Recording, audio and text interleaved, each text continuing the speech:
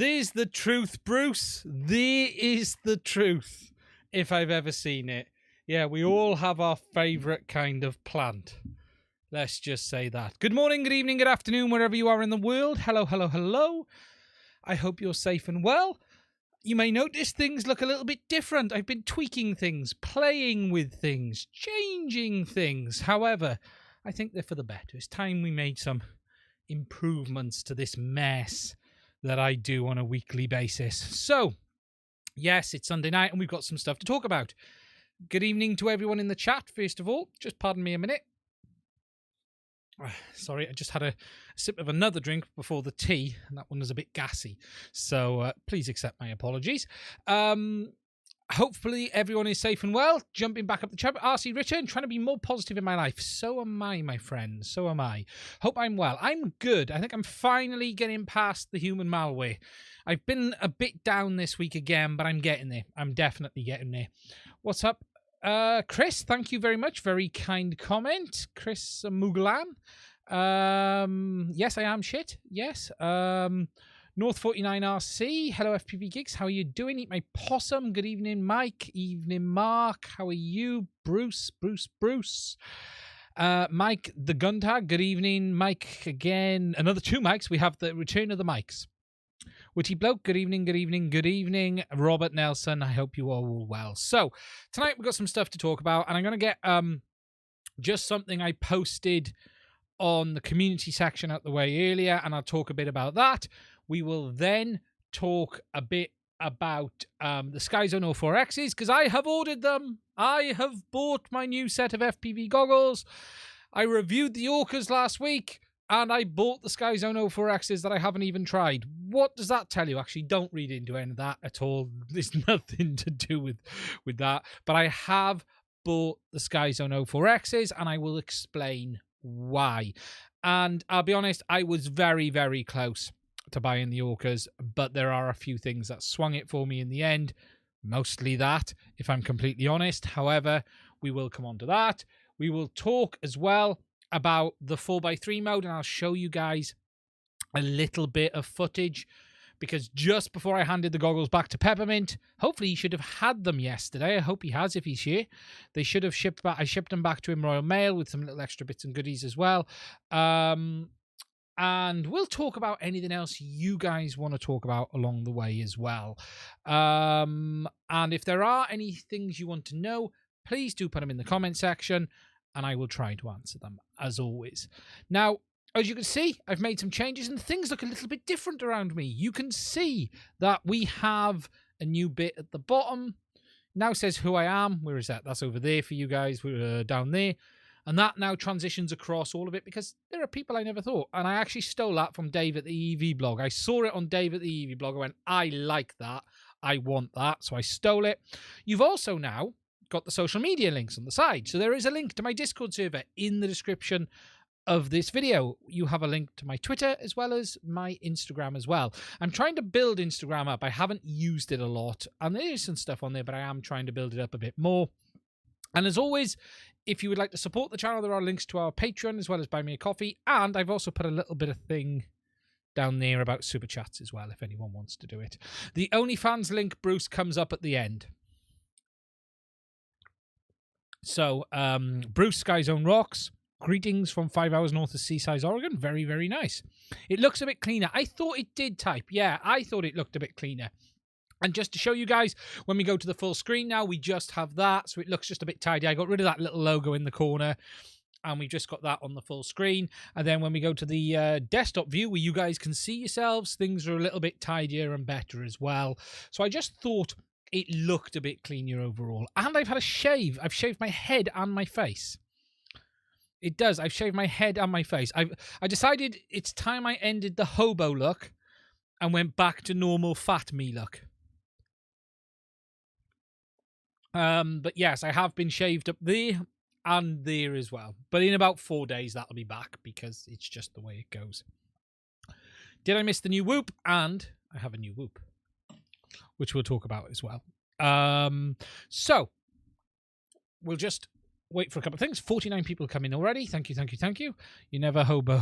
I'll never hobo the bot grinder. I watched. I was watching his video on the.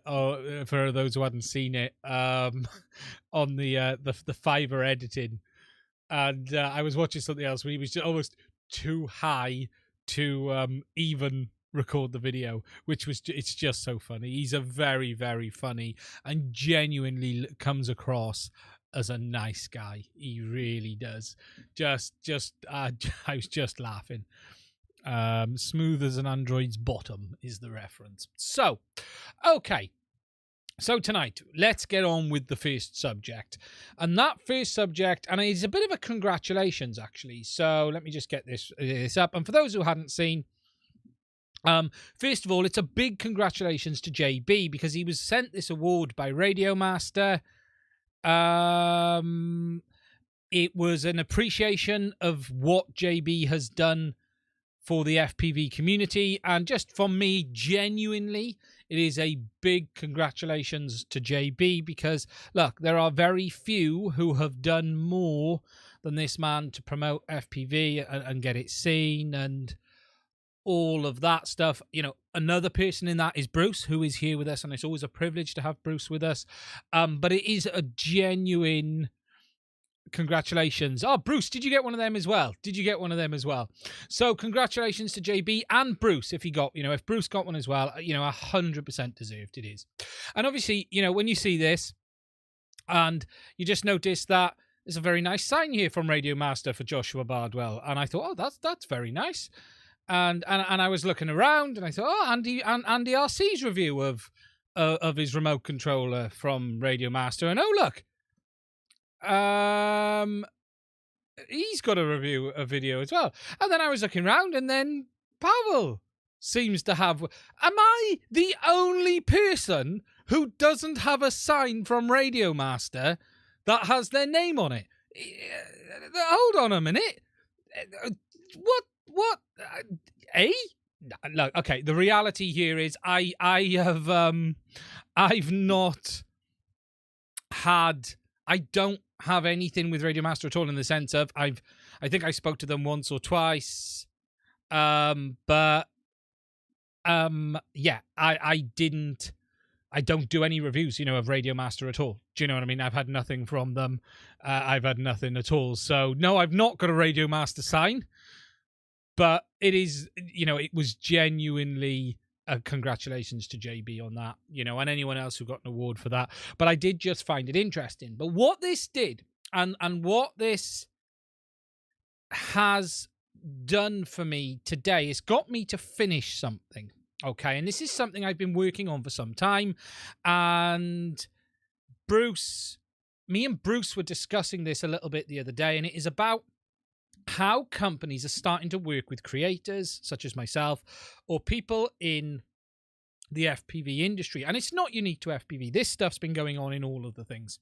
However, something that Bruce has noticed recently, and I've had it with different manufacturers, and I'm not naming any manufacturers on this, but that there is this beginnings, or it's probably been around a while, where manufacturers are starting to try and control the content that's being made. And this is something I've never agreed with, but I've been building this up for a while, and it is to put in a set of conditions on what I will do on the channel and what is a review and what isn't. And these guidelines have been built up off the back of what I've seen from Linus Tech Tips, Gamers Nexus, me and Bruce.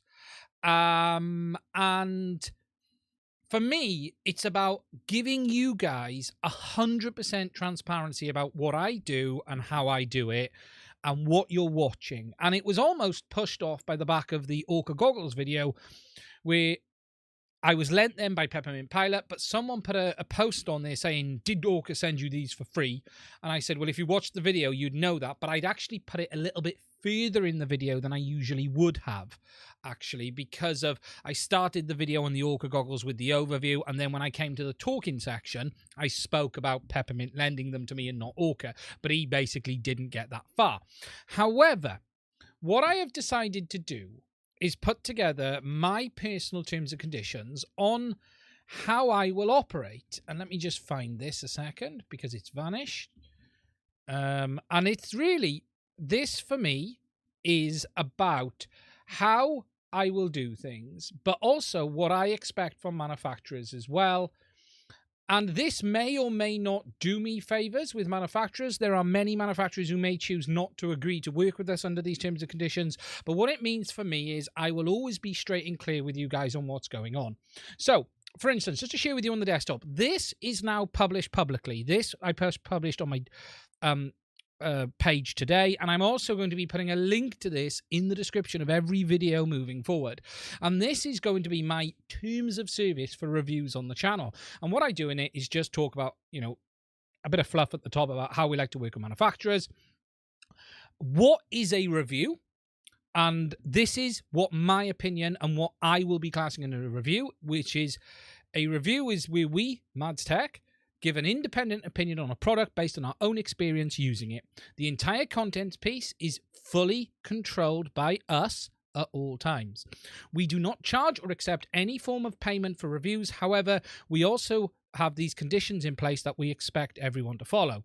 That is, a manufacturer or supplier may provide goods for review. However, they will have no control over the content of that review or any aspect of it at all. Its timescale, when it will be released, other than embargoes, and I'll talk about that in a minute, opinion, or anything relating to it. We retain complete, let's just get to it. We retain complete creative control at all times without question. I will not even accept a question of any content on the review beforehand. We experience any issues or problems, we will endeavor to work with people. However, we will decide if those issues will be made up as part of the review or not, depending on what they are, because if they're not relevant to the user, why would you put them in? It's as simple as that. If we provided beta products or pre-release products for review, we will highlight this. So what I mean by that is if someone sends us something that they say, hey, we're going to be releasing this in a month, I will say that the final product may not be the same, even if it is, because I don't know at that point. I may say they have told me it's the same, but I will be clear with you guys if it is the case. They do not have the right to review the review, so see it beforehand. I may choose to share it, but they do not have the right to do so, and they have no opportunity to restrict the content or change it. We also make it clear that I'm not under any obligation to actually review something I'm sent, because not everything I want to review. It's a reality. I then go on to talk about if a sample product is provided, we don't expect to keep it, but if they want to allow us to keep it, that's fine, but it will not influence our review. However, if they want it back, they've got to pay for that. And this is the big one for me, right? This one here is the major one, and this is the one I'm committing to moving forward, which was we will not add affiliate links to the reviewed item on a product review. I feel this brings into question the authenticity of the review we provide. We will happily provide manufacturer a link to their website to gauge interest, such as a tracking link, but we will not allow an affiliate link that goes directly to the product itself in review content where I will benefit from it. So what I'm saying there is I am not going to go, look, I've got a review of this lovely little drone. I think it's okay. If you're interested in getting one, there is a link to it in the description of this video. We may put affiliate links in how-tos, tutorials, and other videos, but if I'm reviewing a product, so I'm reviewing this drone, I will not be putting an affiliate link into it where I will benefit from you using it. And that is something I think I want to be really clear on, and I think it's something that we need more clarity on from the industry moving forward, just so users can be assured that, look, we're not going, oh, I think it's okay, but there's a link. Now, there are many people who may not want to do this in the sense of companies. That's absolutely fine. There are many people, such as JB, who will use an affiliate link, but that doesn't influence his videos. At the end of the day, JB's opinion is his opinion. For me personally, though, what I've committed to is not benefiting from a review, other than if they want to leave the product with me. But you can argue if that's a benefit or not all day long. At the end of the day, I will now commit to these. I'm going to post it publicly, and I will be asking anyone who sends us gear to follow that. And the idea is, this is to allow me to be able to sit here with you guys and be able to defend myself 100% when people sit there and go, you only said you liked that because of the affiliate link. Because you can get into a situation where you review a product and it's really good and you really like it, but you want, and you put an affiliate link in, and then there are question marks if that opinion has been skewed by those affiliate links. So I'm not going to do it. It may cost me money. It may result in me losing income. So be it. If I have to pay for every product I review moving forward, then so be it. But I just wanted to be 100% clear with people. I'm also going to say this. At no point am I saying in any of this, others that do what we do are not being fair, not being honest. This is not about other people. This is about me and what I feel is right. I am not saying Andy RC, JB, Powerful, any of them. I just saw Gal or Gal. Any of them are not honest. That's not what this is about. This is about me setting my stand of what I'm going to do moving forward. And that's what it's about. And it's as simple as that. Now, I've put this publicly for you guys to see. There is also a bit in there, which I'm not going to go into too much, which is about what is a showcase, which I will offer. If they want to buy a showcase, people can. That will not have an opinion. Although if I use a product already and they want to showcase it, then I may give an opinion on that. That's fine. And an example of that is Gamers Nexus, actually, who use Squarespace for their website provider, and they often sponsor their video. And they'll say, look, we've used them for 4 years already, and they're sponsoring the video. But this is where I'm setting my style, and this is available for all to see. It's the link to it is on the community page. It's there. We will see what happens. You know, this for me is just being able to defend my position, because frankly, at times I am fed up with arguing with idiots who sit here and say, you've only said that because you got the product for free, or you did this, or you did that. So that I'm just fed up of that. So I'm at the stage where this is my terms. If you want to work with us, brilliant. We'd love to do it.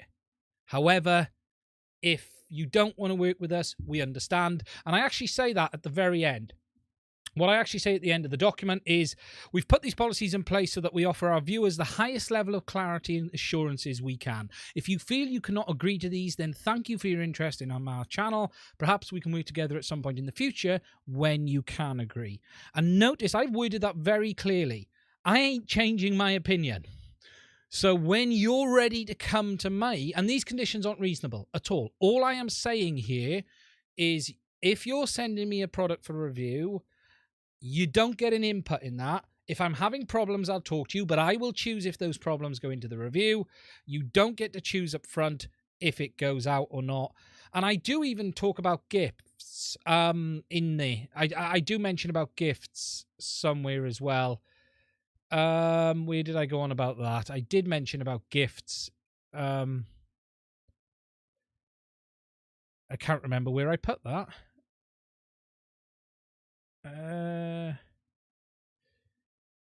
Where's the gifts bit gone?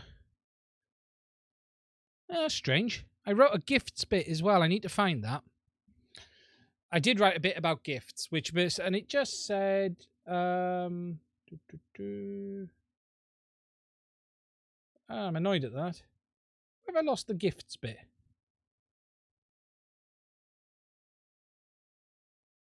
Probably disappeared. I need to add that to the page. So that's it. It's nothing to do with anyone else. It's just about me. So just to catch up on the chat on this just now. Hello, Gal. I did see you creep in there. I hope you are well, my friend. Real great pleasure to see you here. Let me just... Oh, John Cuppy, thank you for that. Props for doing the infinite way. It's a tough path. It's a tough path, but it'll be what it'll be. Sink or swim, sink or swim. So be it. So be it. Okay. Let's just go up here. And look, I want to say really... I want to say really congratulations. And look, that sounds very nice. If I had one, it would be sitting up there as well. You know, I don't see any issues with companies sending people gifts. What this sort of did was prompt me into finishing something I wanted to finish, which has been going on for a while. And I'm annoyed because I wrote something about gifts and it's missing. So I need to find out why that's not uploaded off my laptop, but that will be in there later. But I don't see a problem with that. That's, you know, at the end of the day, look, you can argue all day long if someone's influenced or not. At the end of the day, you take an opinion of the person you like. You either accept it or you don't. It's that simple, you know. Okay, check in. Okay, people could be... We don't need heads of transparency. Keep all your clothes on. Thank you, GMI. I'm the Mambo guy. I like the Mambo. Perhaps I like the Radiomaster. I might buy one and see. Did the pitch here people send me a sign? I doubt that. Someone said Fat Shark will send you one. Nice one. Yeah. The sign Fat Shark are going to send me is going to be that. That's the sign Fat Shark are going to send me. Just a big finger with the words Fat Shark beneath it. People could be such shit. Evening. Thank goodness. GMI painful. Hello, Pain FPC. How are you? Terms of Independence. We have staff now. I wrote we because there's me and my wife. Hello, Gal. How are you? As I said, caught that once. There we go. They want sales pitches. Yeah, and look, and to be fair, I've had very few problems with manufacturers. But I'm also trying to be clear. Probably the wife is the manager in my house. Probably the wife. She is the manager. Hiya, Petman. Did the goggles come yesterday? Are you all? Have you got them all, mate?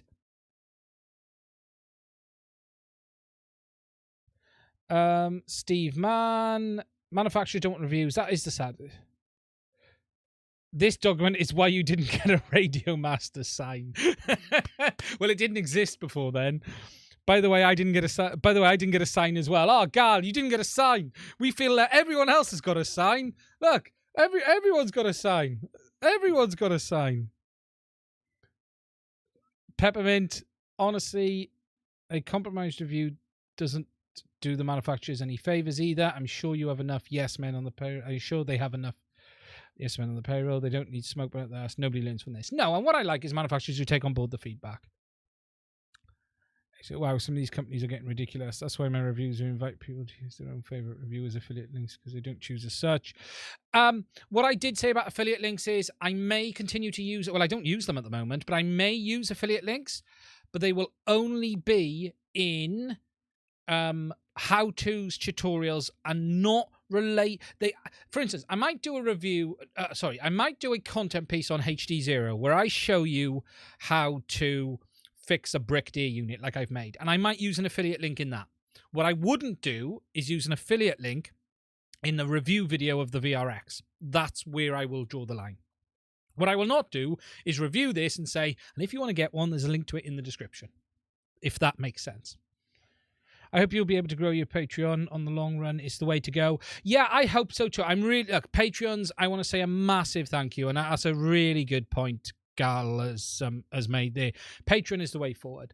Patreon for me is growing. Okay, look, you know, guys, I'm really simple. This doesn't pay my bills. So at the end of the day, I'm at a point where I have to do something different. Okay, if I do the same as everyone else, I may as well not be here. If I do that, you know, JB is JB because he is. Gal's who he is. Everyone has to do what they feel is right. I will not criticize anyone for doing what they're doing. I'm not saying anyone else is doing what they feel is right. What I've decided to do is go down the road of this completely independent content creator where I'm not afraid to call companies out, as you've seen last week of Fat Shark. If that in the end results in me not being able to access products, then so be it. Then the channel will die and I'll go and crawl back under the rock that I came from. Or we will be able to build it up with enough independent support that I don't have to worry about talking to manufacturers because it's not a problem. At the end of the day, if you look at the Zorro release, okay, let me just do this a sec. This is really interesting, this. Radiomaster. And I feel for Gal and all of the guys in this because this is a nightmare. Now, I've done this with DJI. I've been in this game with DJI, okay? I've been here before. So, if we look at the Zorro review, right? Most of the main reviews landed on embargo day lifting. So you've got Albert Kim's, JB's, Painless's, Pavel's, I think Gals must be here as well. There's a load of them. A load of them all launched on the same day. So they're all fighting for the same subs. Look, for me, am I going to lose any sleep about being in the middle of a review where 8 of the people have had to launch on the same day and we're all basically saying the same thing? You know, I would rather be same hour. Yeah. I really feel I did that under the DJI world I was involved with. It just doesn't work for creators. It just doesn't work for creators. The view counts you get on the videos at the start is shocking because what you get is this initial interest and you just get the click pasts, and it actually hurts the videos because people click on for a few minutes and click off and then click on to the next one for a few minutes and skim and click off. So it actually hurts the videos because you don't get the people with the watch time counts going through. So it just helps no one. So at the end of the day, if a manufacturer doesn't want to work with me as a result of that, then so be it. You know, what am I going to do? I'll buy the $100 radio and talk about it. You know, I'm really lucky. I have some manufacturers I've continued to work with who've been fantastic. Cube Pilot, Philip will just send something and it is what it is. Because look, you know, it at the end of the day, you can't worry about this stuff. So I'm going to stop going on about that. That's where I'm at. I thought I would share it with you guys. It is in no reflection of anyone else, and a big congratulations to JB and the others. I'll criticize you. It's difficult.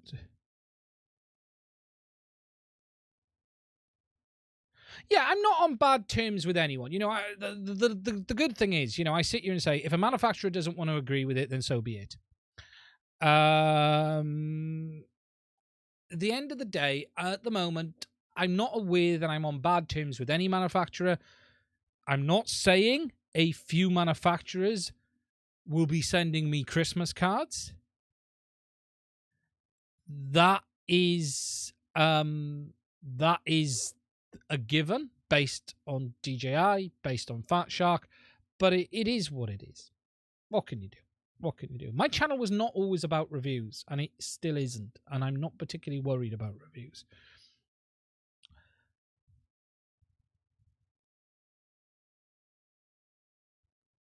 There's new product launch. Yeah, it does look a bit smelly when you look at it like that.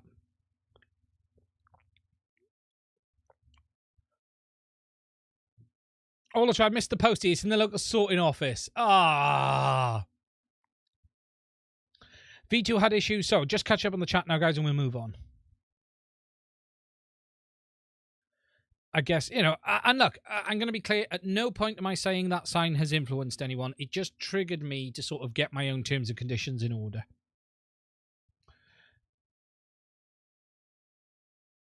$20 in English. Andy RC was 6 days later. Yeah, poor Andy RC. I know he hasn't been very well, I don't think, as Andy.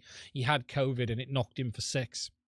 I did see him post a little bit on Facebook. He's a good guy, as Andy, but I think COVID wiped him out for quite a bit of time. So I don't know if that's why he was late. Or if Andy's like, usually with me in the UK, doesn't matter about having an embargo, because when anyone's sending in the UK, it won't come before then anyway. Almost every product I ever received comes 10 days later in the UK. It's not as bad as Bruce, but it's always late.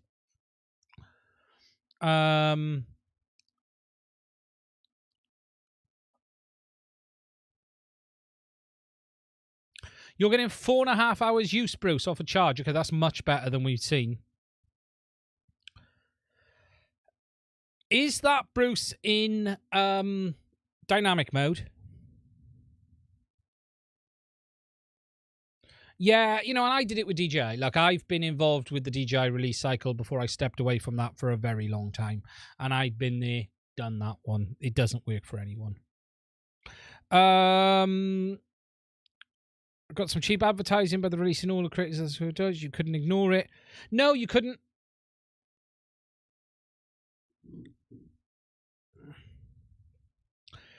Reviews aren't the only thing these creators put out. No, they are just part of it. Agreed. And creators will hold the power of creation and earn the subs as a result. Correct. You know, reviews is just one thing.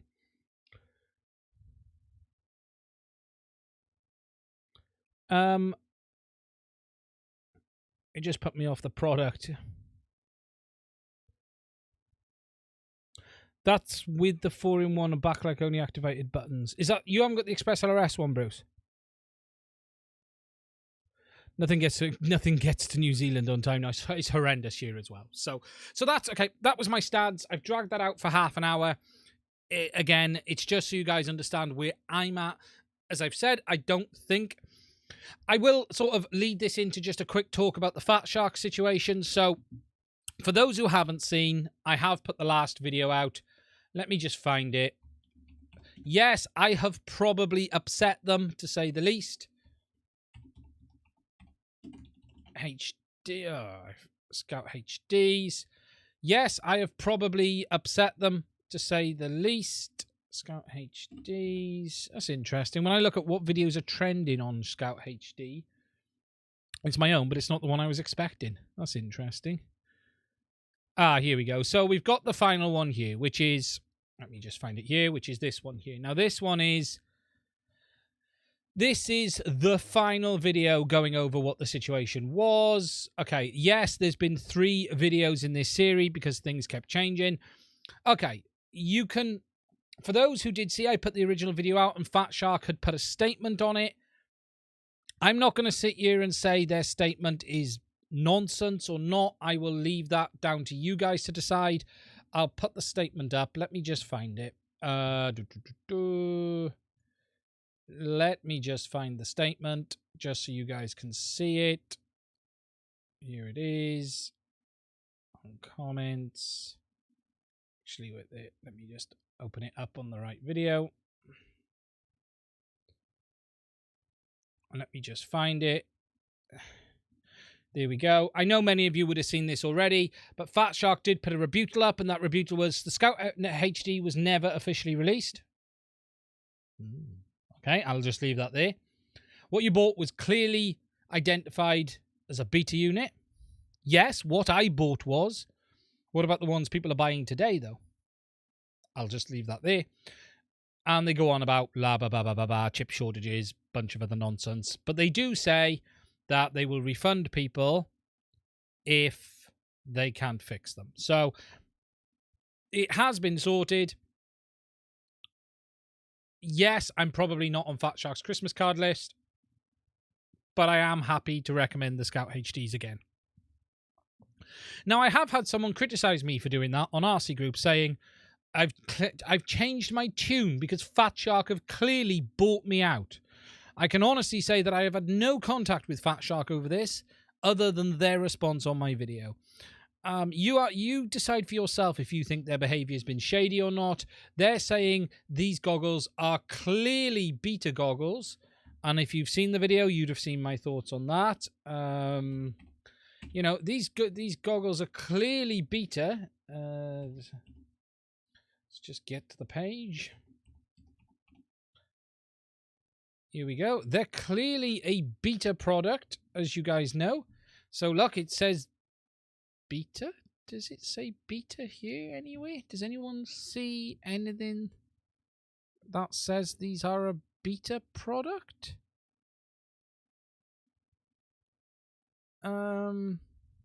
Yeah, Bruce, they offered to send me a set of HDOs. I said no, so they sent me Skyzones instead. That would be a funny outcome, wouldn't it? Yeah. So, yeah, they're clearly a beta product. They're being sold as a beta product. Yeah, it clearly says beta on this page. You know, it's... Yeah, oh, it says... Yeah. I'm going to stop before I go any more. So, yeah, I'll let you all read into their response. Not even their website says it's beta, but they've told us what the situation is.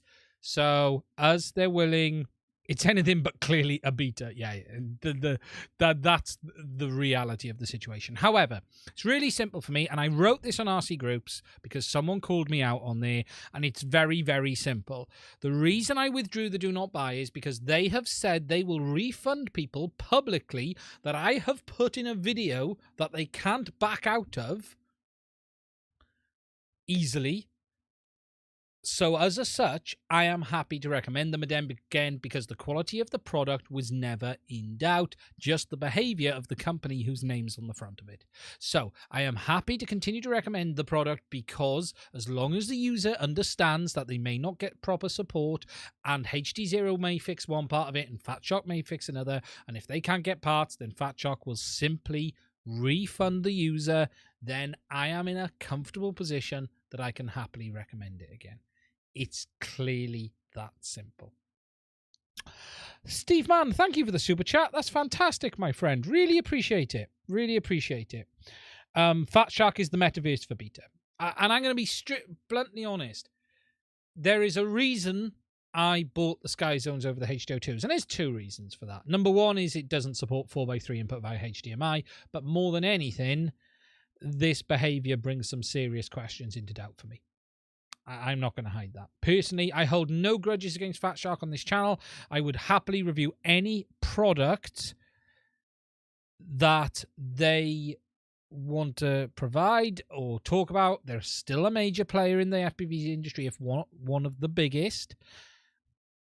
But my personal feeling at the moment is I don't feel trusty. Perhaps that will change in the future when we see a new product from them. Perhaps the cracks will start healing and perhaps we'll be able to see. Now, I'm just going to have a sip of my tea before we move on. But HD0 have said they'll support their side. They have. So HD0 have said they'll support their side. Fatshark have basically implied they'll support their side. And anything they can't fix, they'll give the money back.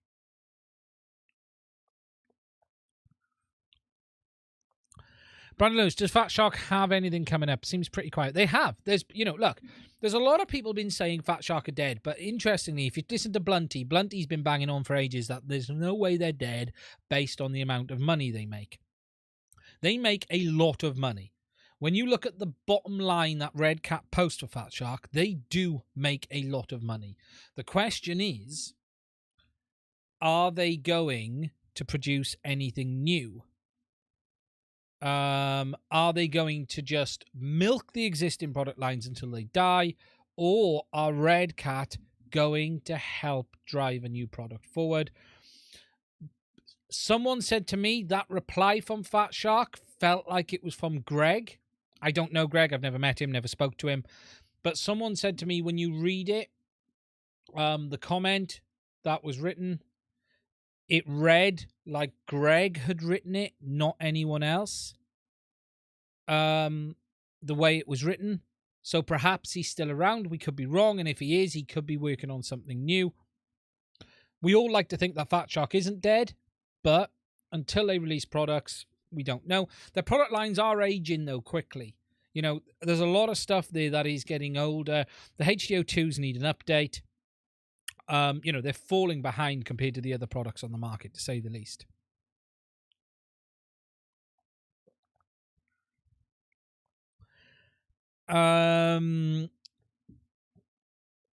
Good evening, Tunes FPV. Skyzone and Fatshark will fill out if they don't make digital. It is going to be interesting to see. And look, as I said, I have ordered my new FPV goggles. Now, last week, I was very kindly loaned the Orqa FPV-1 pilots. And I think they're a fantastic goggle. My genuine opinion at the end of them is they are a very, very good goggle. My only complaint with that review is it's too long and I didn't address cost as part of it. And there's a reason I didn't address cost, because I wasn't in the position to do so.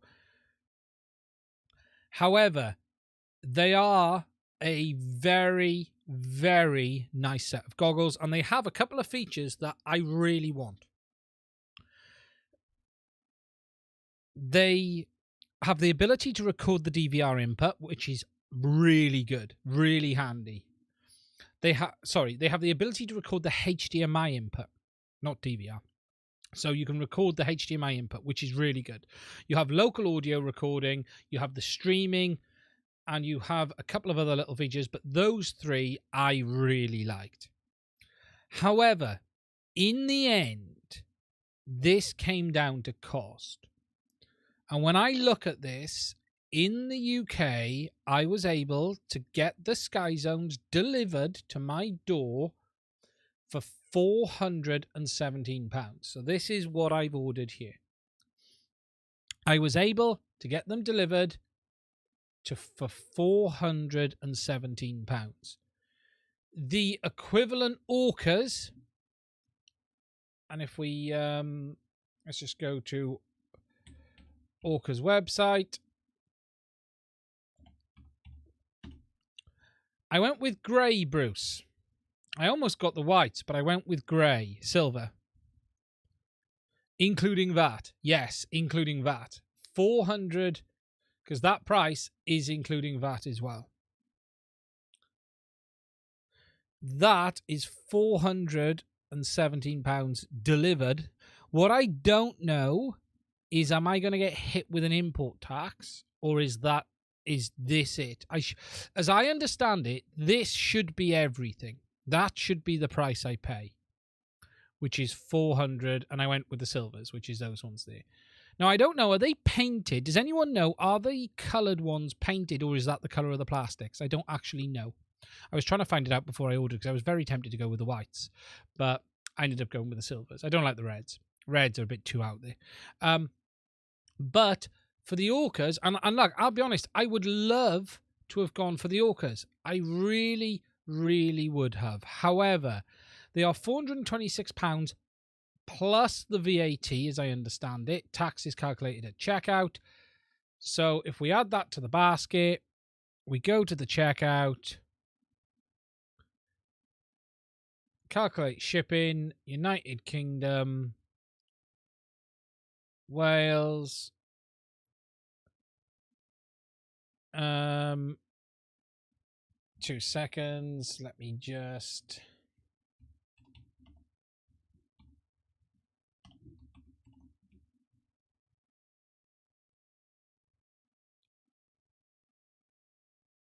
What's going on here? The website's playing up.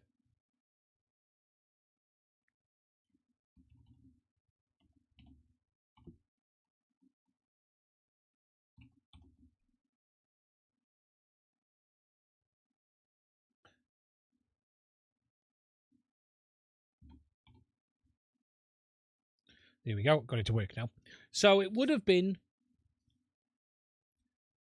€503. But is that plus tax? Because that's £426 or €503. I think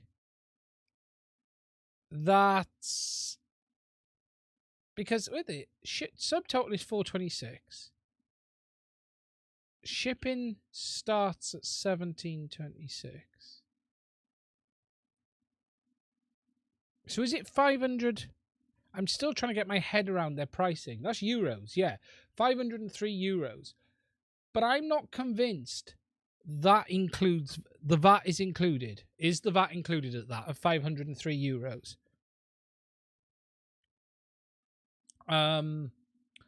Peppermint, you'll know if you're watching. 450 GP, VAT at 20%. Yeah, but VAT on 423 quid is a lot more than 30 quid. That's 20%. So every 100 is 20 quid. So it should have been 60 quid VAT on that. So that should have been like 480. VAT on top, GMI. I thought that might be VAT on top.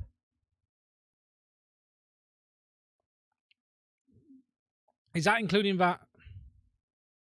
Yeah, that's what I'm thinking. 80 quid on top. Yeah.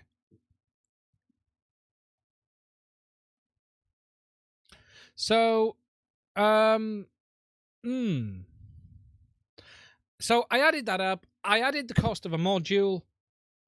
And in the end, I sat at Orqa plus VAT plus shipping. I had $570. There we go. $570. Orqa plus VAT plus shipping. I had the module as well. $570. So 500. Did you get hit by anything when they came in, Peppermint, then? You paid $460 odd with shipping to be married. $440 and 20% on top of the GB shipping and price. Yeah. So I ended up going with the Skyzones a minute. I would really have loved to have gone with the Orcas. I'll be honest, give it 6 months. There's a very real possibility I'll end up buying a set anyway, depending on how I get on with the Skyzones. I still haven't tried the Skyzones, so we're going to have to see. So the plan will be I will order the Skyzones. I will try them. If I'm not happy, I'll sell them. There is enough people I know who would rip my arm off for the Skyzones anyway, so I'm not going to lose. It'll be fine. Now, someone has said here that Skyzones are cool, but there has been reports of issues on their Facebook page regarding the steady view. Yeah, 100%. There has been reports of issues with it. There has. And there's also this version 3 now of the O4Xs as well, for those who don't know. And it seems that the version 3 O4X is using a different MCU. So you paid 41 quid. So is that on top of the 570?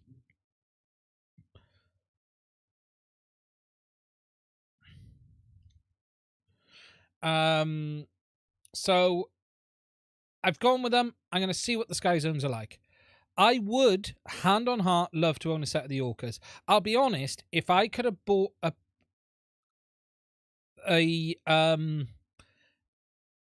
yeah, agreed, Bruce. It is. Yeah, 100%. If I could have bought a set of the FPV-1s, not the one pilots, I'd have gone for them. I'd have absolutely gone for them over the others. If I could have got the FPV-1s, not the one pilots, to have kept the larger field of view, which I prefer, I'd have gone with them. I want to see what the Skyzones are like. Everyone says they're very good, so I've gone with them. We'll have to wait and see. I don't know when they're coming. The tracking isn't working on the website. It says they've been sterilized and shipped out, and they should be here by the 12th. What's the date today? The 6th. So hopefully, Skyzones, I'm happy with them all. Yes, there has been reports of this steady view receiver problem, but what I've been told is if it works, it works. At the end of the day, I'm not particularly worried about if I have to pull the module out and put in a rapid fire, I'll do it. I don't fly enough analog that it's a big problem for me. It's not a big issue. I would love to have had the Orcas, hand on heart. But when I did the math, so what you're saying, Peppermint, am I right? It was 570 all in. Is that what you're saying? You paid £570 all in. The colour and the dynamic range of the O4Xs will blow me away. Better than the Orcas. They're very good. I'll be honest. They are very, very good, the Orcas. I was impressed with them. And the more I used them, the more I liked them as well. I'll be honest. I really did start to like them. Peppermint's lucky. I had to send them back as quick as I did because there's a chance he'd have never had them. In the box, Peppermint, when you get them, the box will rattle like hell because there's lots of little accessories in. When you open the outer box, inside you'll have the box with the goggles. When you slide that out the sleeve and open it up, in all of the corners of that is all the little accessories, the cable and all of that stuff. Like I said, 400. But okay, that's 460. Then that's €404, which is 20% including 450 GB. I'm confused on Type's math. Well, as I said, 500 GB minus 41 GB. Why are we minusing 41 GB? Because VAT is more than 41 GB. Is 460 GB.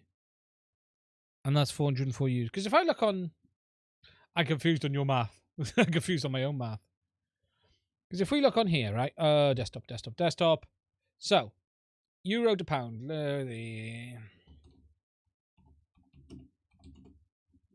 Euro to pound GB.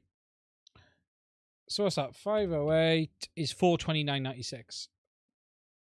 So 429.96. That's 429.96. So how much are these goggles? Right. So let's come off this. Let's go back to their website, shop, the module. Okay, so 426.23. So they're saying the goggles are 426.23. Tax calculated at checkout. Right, what do they mean by that? Where's the star? They're in my cart. £426. Checkout. 426, which is €503, isn't it? 426 is €503. Yeah, that's right. So we're okay on that. We got to check out. And I'm guessing then they are continued to shipping. So let me just do this a minute and see what this adds up at. There's only VAT for EU customers. Ah, so they're not charging us the VAT anymore. Right. Which is the extra 60. Yeah, right. Okay. They're not charging the VAT to UK customers. Yeah. So, yeah. It might have been less in it than I initially thought, but I'm going to go with the Skyzones and see what happens. Far too expensive for analog, GMI said. To be honest, I'll be using them more for digital and analog. I'm down now. I've sold all of my other FPV goggles, apart from one set. I'm left with the head plays at the moment. I've only got head play HDs left. I've been flying the Whoop with the head play HDs. And here's some irony for you. The smallest drone is being flown with the biggest goggles. There's an irony situation for you.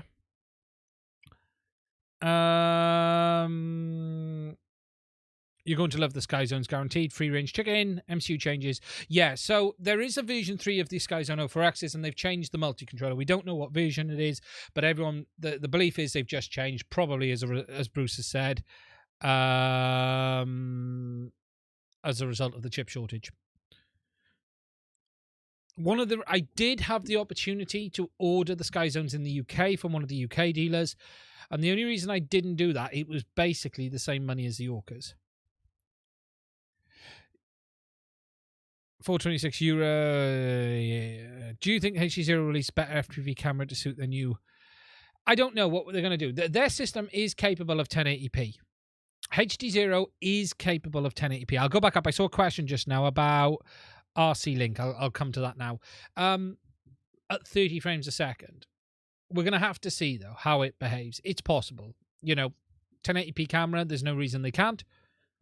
But it's going to be down to if they push the system. HD0 have a lot of really good stuff going on, but they have a lot going on right now.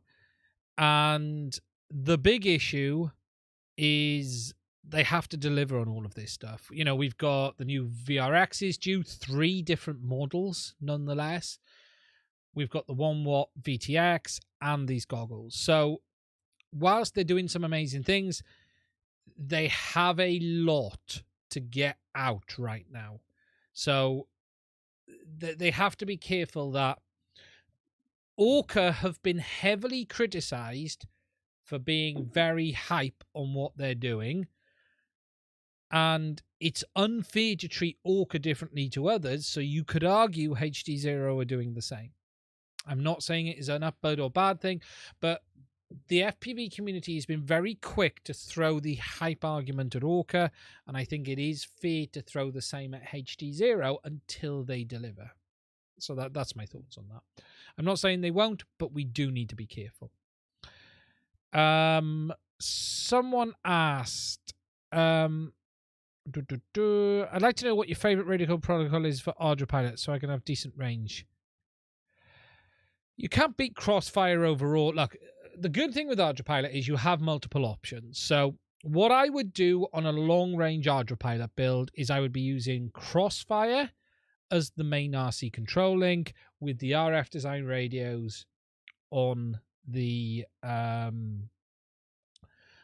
telemetry side, and that gives you the best of both worlds. And if you want in the ground side, you can then use the RF Designs TX mod, which gives you Wi-Fi on the ground.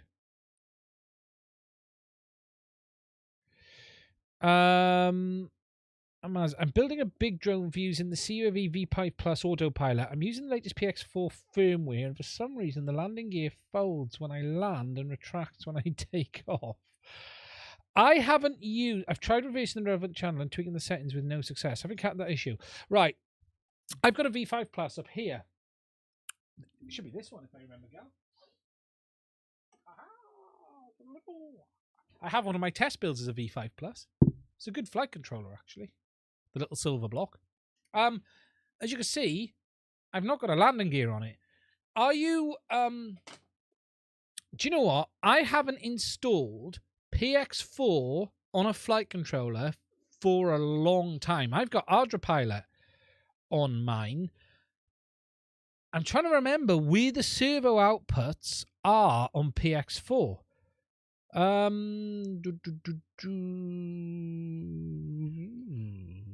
That's interesting.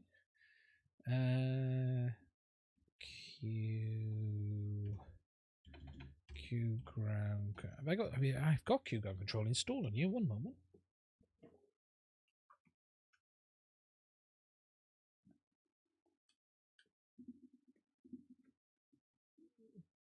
Let me just check something. It's been a while. It's been a while since I touched PX4.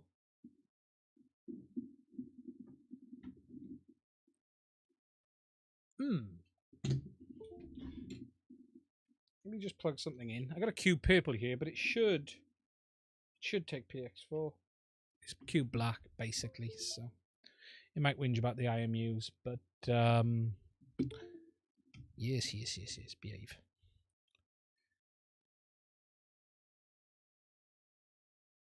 Custom 0x0 flight mode. Oh, here we go. It's picked something up. Come on.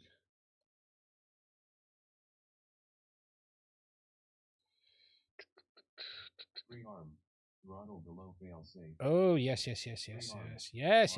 Oh. Free arm.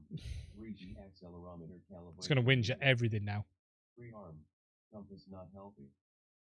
Free arm. Terrain out of memory. Okay. You finished whinging at me now?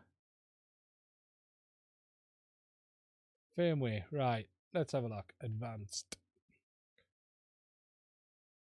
Free arm. Throttle below fail safe. Free arm. Oh, it's whinging like buggery. 3D accelerometer calibration. Let me turn that down. Free arm. Compass not healthy. Cougar Control can upgrade the firmware on Pixel devices. Please unplug your Pixel from USB. Right, okay. Let's do this a sec. Plug in your device to start firmware upgrade. It's a weirdo thing. Let's see. PX4 doesn't... I don't use PX4 much. It's been a while. PX4 Pro? Stable release. Yeah, okay, go on in. We'll let it... I'm going to program it and I'll have a look at the servo outputs. It's been a while, Gal, since I've even looked at PX4. I tend to fly ArdraPilot. Why haven't you put ArdraPilot on it, Gal? Why are you not using ArdraPilot? Brandon Lewis, been using DJI analog adapter for been using the DJI Plus analog adapter TBS. Been thinking about waiting until something new is released. Looking forward to your coming opinion. Yeah, I will be giving an honest review of the O4Xs. Thank you for the super chat, mate. If I like them, I like them. If I don't, I'll be selling them. But I'll be saying what it is myself. Why Crossfire? I just think Crossfire is one of the best long-term options. I've tried to change and trick in the settings, but no success. I haven't seen it. So what Gal's saying is, where is it? That's a really weird fault. That's a really weird fault. I really like if I should invest in HD0 DJI in the future because HD0 looks promising, but DJI is the better image. Right. I really need to shut this up. I need to figure out a way of shutting this up. Okay, HD0 or DJI, you have two companies doing very different things. Okay, so choosing DJI or HD0 right now. DJI has image quality and range at the sacrifice of latency, and HD0 sacrifices, for the most part, image quality and range, more range than image quality, I should add now, over latency. They are two completely different systems in the way they deal with the image. Okay, I'm not going to go any deeper than that. But you've also got to take into account, if you're happy with the way both systems behave, right now you have DJI, who are completely silent. They're not really part of the FPV community. They are the gorilla in the drone industry. They are renowned for making very good products that work out the box, but they are also renowned for dumping them in a heartbeat and walking away, just like they have done in the past. So, for instance, there is a very real possibility they could just decide they no longer want to make the FPV system and walk away tomorrow, or decide they want to make a V2 that has no compatibility with the V1. And when I mean V1, I don't mean goggles, I mean system. And for people who say, oh, that will never happen, it has many times in the past, including to the original OcuSync system, which was the OcuSync ear system that you cannot get parts for today. So don't think for 1 minute that DJI will not walk away. On the flip side, you have HD Zero, who are promising a lot right now, delivering some, very, very communicative with the community. They're in the community, they're taking feedback, they're talking, and they're saying they want to do all of this stuff. So you've got one manufacturer you can't trust because they have a history of not being trustworthy, and you have another manufacturer that has a lot of promises but haven't delivered everything yet. So the decision comes down to what you need. If you want best range and image quality and you don't care about latency, just buy DJI. Just don't even think about it. Go buy it. Buy enough VTXs to keep you going for the next 5 years and go and live your life and be happy. If you want latency, go and buy HD Zero. Buy enough VTXs, go and be happy. If this comes down to behavior of the companies, it gets a bit complicated. And that's the problem. And I'm not saying DJI are bad, but you have to understand how they operate. They really don't like, they don't push themselves into an industry and just stay there and stay stagnant. They tend to move on. Good evening, Gal. I'll have a play with this, Gal, mate, and ping me a message, and I'll have a play as well. I've got one here. I'll set a servo up on it. I won't do it now, but I'll have a play and see what I can figure out. DJI just screwed a bunch of people. And look, they're not a bad company, but you have to understand how they operate. You have to understand that they are very simple. They make a product, they sell a product. When they've decided they're not doing that anymore, they're gone in that bit, or they move on to the next one. And their inter-product compatibility is really poor. So you have to understand the animal that you're dealing with. If you were to buy DJI today and buy enough VTXs or ear units to keep you going for the next 10 years, you've got nothing to worry about. Just go and do it and live your life with them. But if you're buying into a system you want to work forever, I wouldn't, to be honest. I'd even say both systems are a bit quirky on that. Yeah, and that's what I just said, Kirk. I don't know the longevity of HD Zero either. I'd like to think it isn't going to change dramatically, and new hardware may give backwards compatibility. However, you never know. You never know. Analog for the win.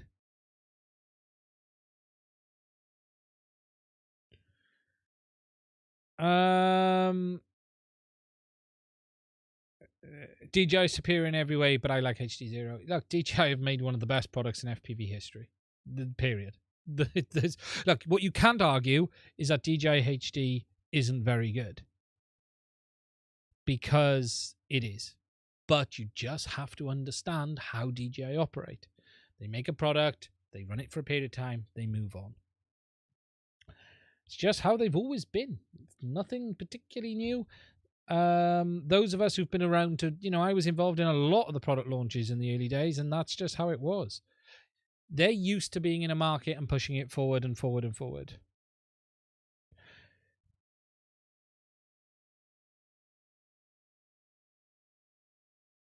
Yeah, I haven't seen the full... We'll have to wait and see what happens with this whole Mavic 3 and remote thing. I have done my review on the Mavic 3. I have it ready. I think it will get published, but it's out of date before it gets published. The first Mavic 3 video I made is going live this week on the batteries. And it will, yeah. And his generation, yeah, and DJI product doesn't stop working. What happens with DJI is you can't get parts. So as long as you buy what you need to keep going for the next 5 years, don't worry about it. It'll be fine. Just try not to burn them all out. It's not bad, but you just have to understand they are not a friend of the FPV community. They are not a friend of you, me, or anyone else. They are the Apple of FPV or drones. It's that simple. They do whatever suits them. Ooh, no, the old. I'll do it for you. Thank you, Bruce. Good evening, Gal. No problem, mate. DJ Discreet. Yeah, I haven't seen this whole Fly More kit thing, so I need to watch it. I know they've said lately too, they're barely friends of the camera beard community. Yeah, I think DJI are struggling to find their place. Okay, I've got a video which I will be talking about their affiliate scheme, because that's why I put a question out on that. And the reason I talk about it is because it's all very interesting, and there's a lot of interesting things to talk about on that. Yeah, DJI were very good when everyone was demanding the next best product. So if you take into account, I was around when the Mavic, long before the Mavics, the Phantoms launched. And, we had a Phantom, and then 9 months later, 9 months, I'll add, the next Phantom came out. And you were happy because it was so much better than the first one, you wanted to give them your money again. And then the next one came out and it was better again. So you were happy to be losing this money for the next best technology, because we were seeing this jump in techs all the time. However, they've now hit this period where everyone is sort of happy with the product from the Mavic 2 onwards. The Mavic 3 is no upgrade over the Mavic 2, other than battery life and on the Cine in nighttime image quality. I did so much testing on that camera, and it is not better than the Mavic 2 in any real world way, other than the Cine model in nighttime. In daylight conditions, they're the same. In fact, I'm still of the opinion that the Mavic 2 is a little bit better, if I'm honest. That 1-inch sensor does a little bit of a better job in stills, if I'm honest. And I think it's the processing, not the sensor. But so the Mavic 3 has been this bit of a difficult release, because they're not used to being in a position where the next product just isn't much better than the last product. And then the users are going, well, why am I spending all of this money? And then you have the shambles of the launch that they had. So they're now in a different mode than they've been in for a very long time. They're now in this mode of Apple with the iPhone 12, 11, and 13 is just, they're all very, very similar. And whereas before they could sell products based on all of these new features and people overlooked the problems, now people are going, hold on a minute, this isn't much better than the last one, and it doesn't have half the features my last one had. And that's where they're struggling today. And they're going to have a big battle ahead of them, because now Autel are catching up. I was talking to a friend earlier on messages who said the new Autel Little Jones are just so good. They have caught DJI. The Mavic 3, they got so wrong in software. There was no excuses for it not being ready. They should have just delayed it. It would have, the damage they did to that sale. And look, I cannot give anyone a good reason to go and buy a Mavic 3 over a Mavic 2 right now, other than if you have to have ProRes encoding on board. That's the only reason to do it. The standard model is just not worth it, unless you want 30 minutes flight time. If you're going to sit there and tell me you want 30 minutes flight time, then so be it.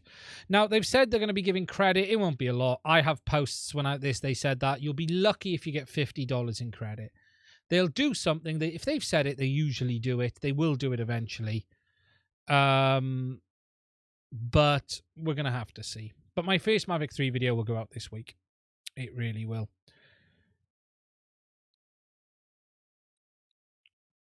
I would love to know if that ever went into production.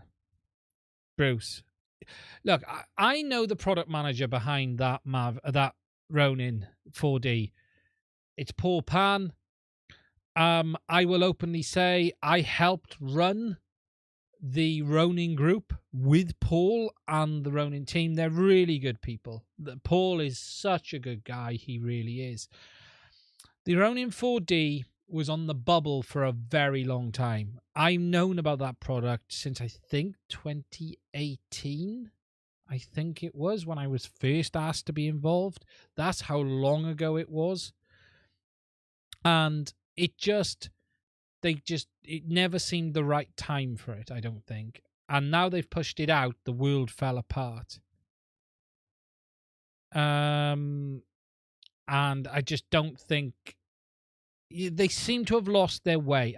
Again, I don't think they really know how to operate in a market when they're not relying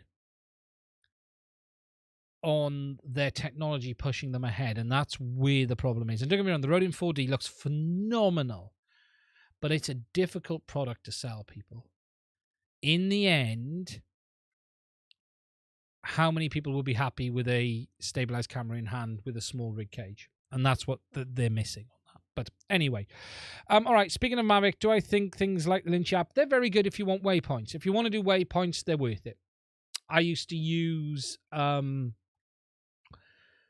I can't remember the app I used to use. Lynchy a little bit.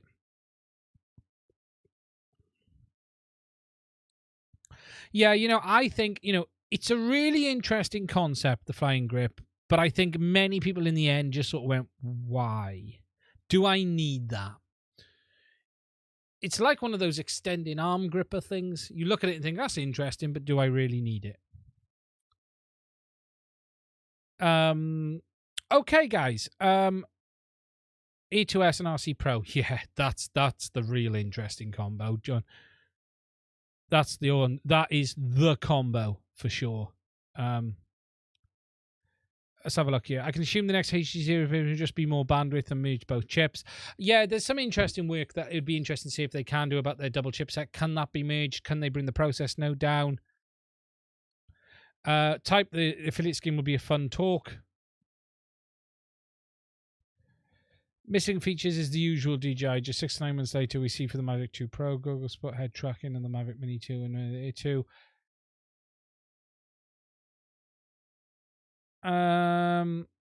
Building my own Fly More combo with the intent of picking up an A2S RC Pro combo for backup. Still saving money.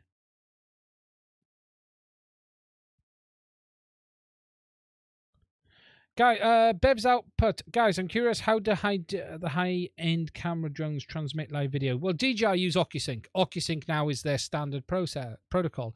It's just the same chipset. They're just driving it differently at the aircraft end. Good evening, Gary. How are you? It's just higher bandwidth. That's all they use. Well, no, sorry. Lower bandwidth, lower bit rates. So the biggest difference is the bit rate. They drive the bit rate right down. Whereas on DJI, you're using 25 megabits a second. On the Mavics, they're using like 13 megabits a second. So that's how they're doing it. Heavily compressed, higher latency. Petmin Pilot, just to clear up, I paid €503 plus shipping of 21 euros for the Orcas. That's a bit less than I thought, Peppermint. I should have gone with the Orcas. So what's with it? So €503 plus €21. So €523. €523. 444 quid. VAT was included in the price. My mistake. It's very close. Closer than I thought. So it's only a module difference. Might have got my math wrong on that one. Let's hope I'm happy with the Skyzones.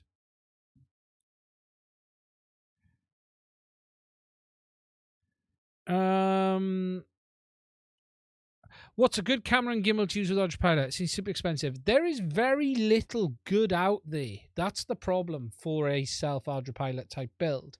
There isn't anything like you've got with the X5 and stuff like that. Everything is just... There are some cameras, but they are expensive. This is the big hold-up of the... that side of things. There's not good. You got Grimsey gimbals. If you're not happy, I'll do a channel giveaway. I'll do a channel lottery. £1 a ticket.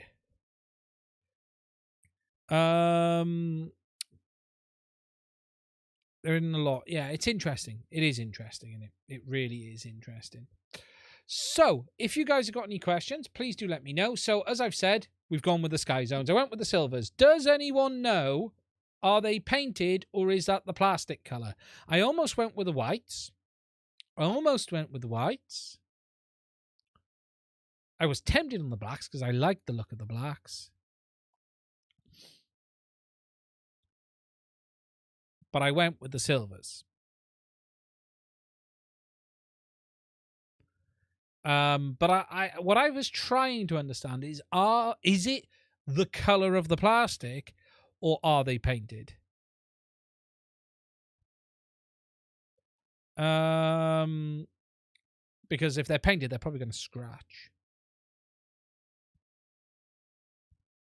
What color have you got, Bruce?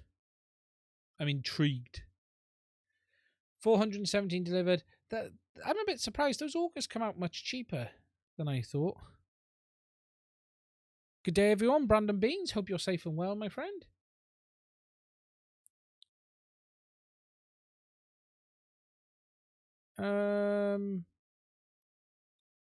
Tesla white. Yeah, I was tempted on the whites.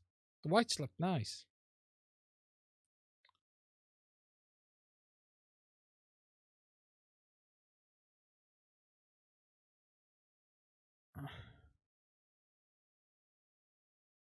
And it's my friend has the reds. And it's he's hanging us on. My friend has the reds, and it's the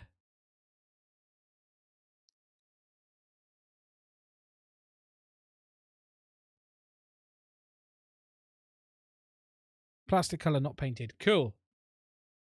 Gets hot. Any other color than white gets hotter in the summer. Yeah, it's not a problem for me. I don't have color. Interesting. It's less than I thought. So Type was right. Well done, Type. You worked it out. One of us got it.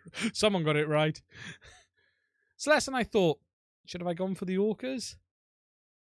Should have I gone for the Orcas? Ooh, could have had that recording DVR. Ooh, have I made the mistake? We're going to have to wait and see. You'll find out in a few weeks on this channel. Ah, cool. Does Wales actually have a summer? No. Go for the Orca. I'll be honest, I did like the Orcas. It's a review. Whatever happens, it's a review. I'll have to say, to be honest, I couldn't go with the Orcas without seeing the field of view on the O4Xs first. I can sell them if I have to. Yeah, look, at the end of the day, I didn't really have the ability to try out the Skyzones. I didn't have anyone close to hand I could borrow a set from. So in the end, I just made a decision. Sod it. I'll order them. And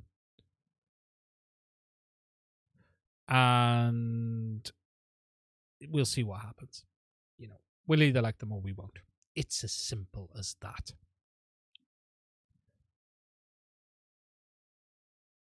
Okay, guys. If you've got any questions, please do put them in. Right, a couple of things we're going to talk about. Red Cat is on the VC circuit again. Is that as a result of me putting the videos out? Yeah, I think the two features, Rishi, that I will miss on the Orca is the DVR recording of HDMI. It's really cool for content creators because you can record everything you're seeing and record a clean see. So you can set, for instance, on HD0, you could turn the OSD recording off, but still record it on the goggles and the audio recording. But I got a test cam. I can record on a test cam. It's not an issue. It's not a big problem. Now, while we're talking about Orcas, make me an offer. You haven't tried them yet. Peppermint.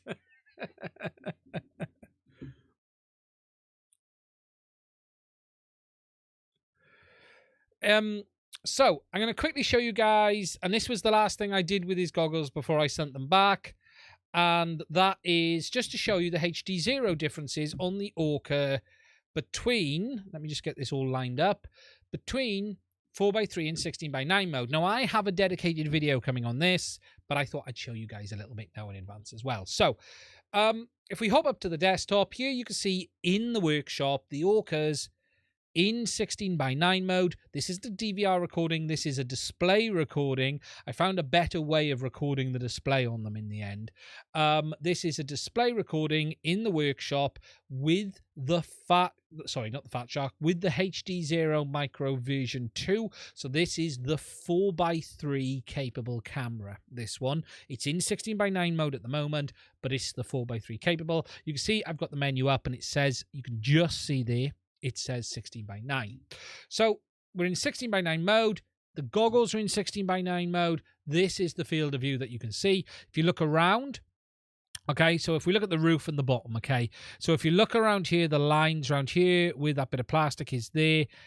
The field of view between the top, so that blind there, you can just see that edge of it. If we just see there, the wood there disappears in the corner and disappears here.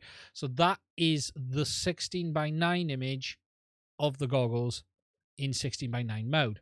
Now, when you change these, you actually have to change two things. You have to change the HD0 camera to 4:3, but also the output on the VRX as well, because if you just change one, it doesn't change. You have to change both parts of the system. So we move through, and you have some new options on the goggles module, which is the HD0 module. We have original, which you can't really read that very well, but that's what that says. You then have H960, which is the 4:3 mode.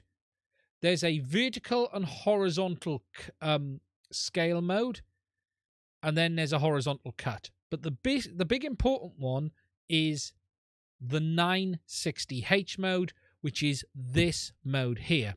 Again, at this moment, the camera is still set at 16:9, but the module has now been set at 4:3 or H960. Okay, and so if you now look at the image, it's now compressed it in, but we've still got the same vertical field of view. There's no change at all. It's exactly the same. So that is how it looks. We then need to go into the camera, and then we need to change the aspect from 4:3 to 16:9. When you do that, you have to repower the VTX, which is the camera side. And then when you do that, and if I just go there to show you, so you go from there, which is the 16:9 camera setting in the 4:3 mode, and then you jump over and you can then see the new full 4:3 mode with that increased vertical resolution available or field of view. So just to show you guys from there to there, if you now look at the top of the screen, you can see up here how much is available to see. So just a little bit of that blind there. And then if you look down here, you can see that line come and stop there. And then if we move it forward and then reboot, you can see that we've gained much more vertical resolution than we had before. And then that is the image in the Orqas. Now, I do show this as a side-by-side in the video, so you guys can see. So on the left, we've got the camera in 16:9 mode with the module in 4:3, and then the camera in 4:3 mode. And you can see the dramatic difference in field of view available. Now, this is now supported in the Orqa firmware. You have to upgrade the goggles to the latest Orqa firmware, which is 3.0.1. And you have to make sure your HD0, VRX, and camera are updated, and VTX are updated. All parts of the system need to be on the latest firmware. And you can then see there just the differences in what is available to see. You obviously lose some horizontal when you do this, but gain some vertical. So obviously you can see down this side, you can see a lot more. Yeah. But you can't here, and you can see on the poster there, there's a change as well in how much you can see on that versus that. And that is then the VRX in 960 mode. Just one last thing to show you guys is you do have that freestyle mode or race mode in the Orqas, which changes, and that there is a direct side-by-side comparison of the image size field of view difference, scaled to the image, but both scaled the same, so they are identical from freestyle mode in the Orqas down to that race mode, down to that 33 field of view if you want that. It's quite a difference, isn't it, when you look at it? When you set the Orcas to that race mode, it's surprising the difference you do see in the size of the image.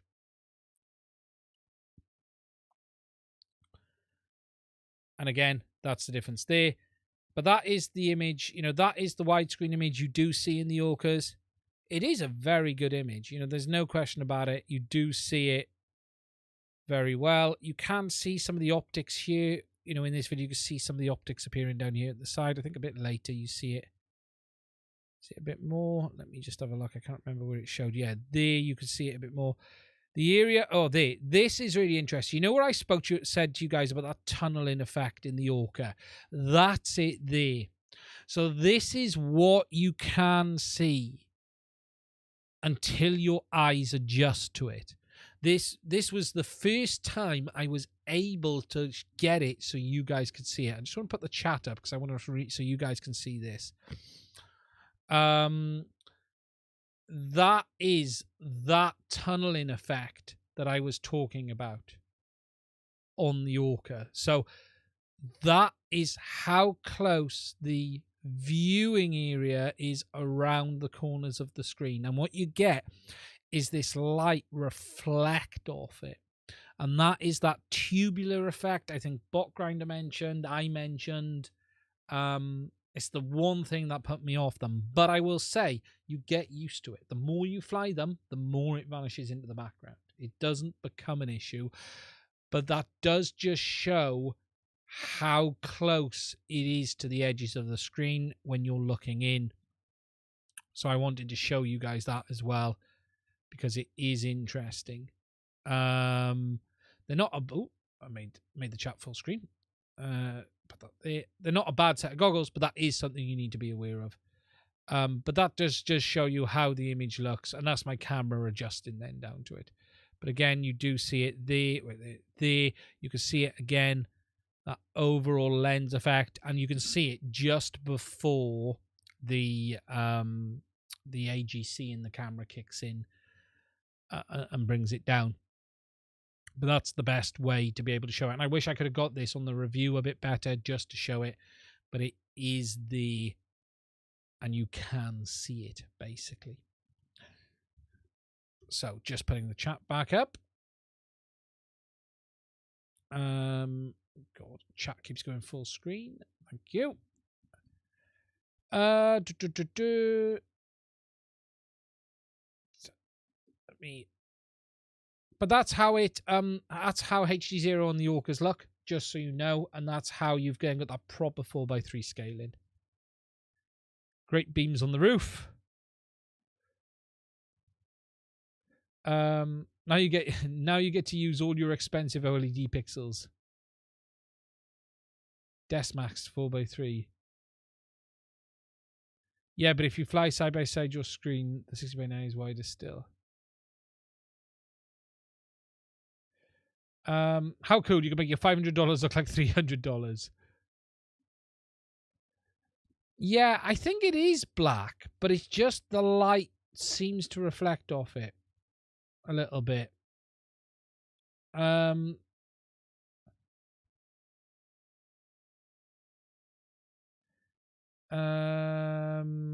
FPV. I don't need anything. I just want to say thank you for all you do. Thank you, mate. I do appreciate that. That's fantastic. 140 included postage. What did Petman buy? Make me an offer.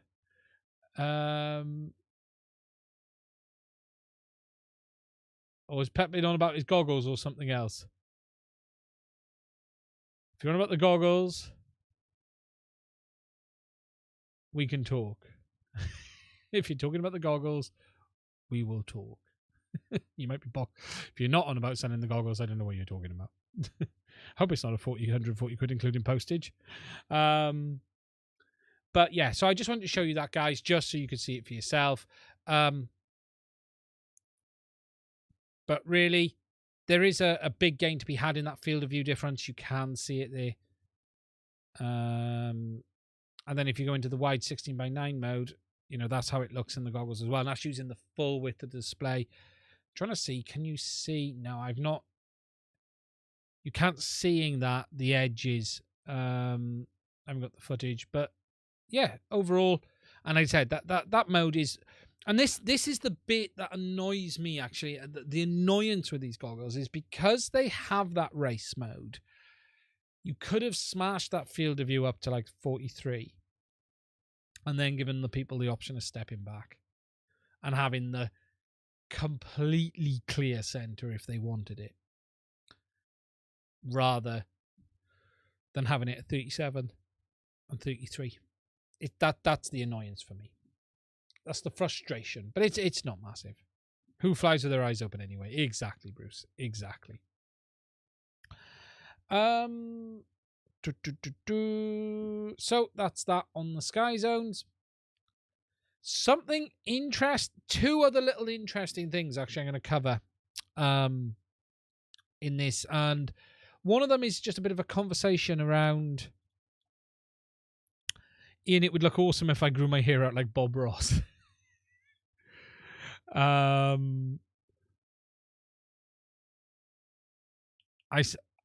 do, Bruce. I like to see clearly everything I crash into. That's what I've been doing this week with the Whoop. I've been learning this a lot this week. I am shocking on an aircraft this small. I'm shocking at the moment anyway. I'm having some trouble with my hands, but yeah, there's a reason I haven't been doing a lot on the bench, and it's as much to do with these as anything else. But I've been trying to learn this, and I think I've tamed it enough now in the remote. But you do realize very quickly how easy it is to crash things. Now, the real annoyance for me is I've bought the Mobular 6.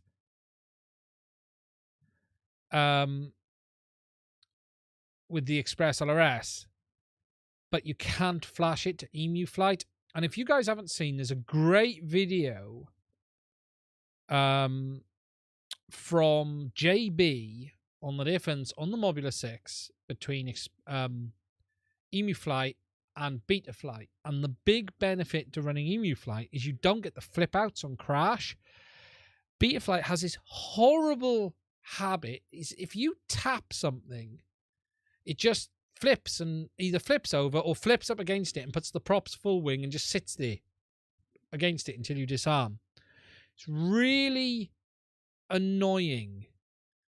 And Emu Flight doesn't seem to have that. And JB has a really good video on it, actually, showing you the difference. He flies it through his house downstairs. And if you haven't seen it, he's flying the Mobular 6. And he was experiencing the same thing I'm doing, is the second you tap anything, once it's lost its point, it just sort of flips itself and won't self-correct and just sits there screaming the motors off. Whereas Emu Flight seems much, much better at recovery from a tap. And you just tap and it just bounces off and carries on. However, because I bought the Express LRS version, there is no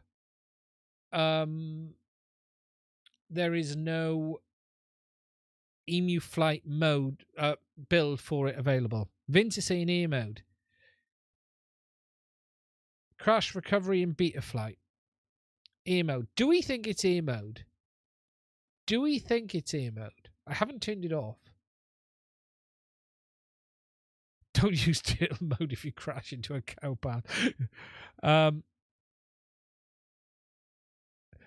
I'll have to try that. I haven't tried it on this yet. Now, I know JB mentioned it. 100% air mode. Sticks himself to the wood. Just literally. He's like, thank you. Switch off air mode and it won't do that. It's really annoying. It's really annoying. It was on my list of things to try. I just haven't done it yet. Air mode is a weird mode in it. I was going to turn it off. Air mode is a weird mode. It's been a... Let's just remember. I remember... Because air mode is one of those things that you almost go, why? Because it causes you so many problems when landing. It causes you problems just all of the time. Do we really need air mode?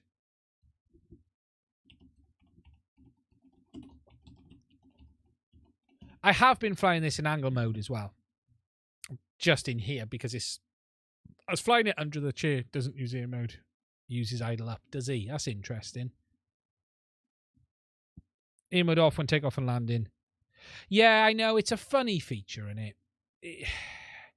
It's a funny feature you always forget. Put it on a Switch. It's a good point, actually. I need to put it on a Switch. The arming switch. When I arm, it's off.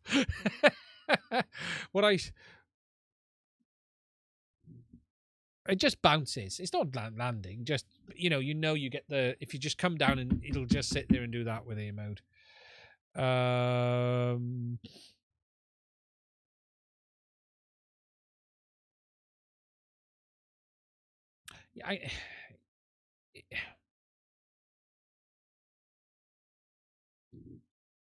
Street light or something. I had one fly away. I put him on a Switch ever since. Interesting, Mike. That's a landing. Yeah, my landings are less. Yeah, it.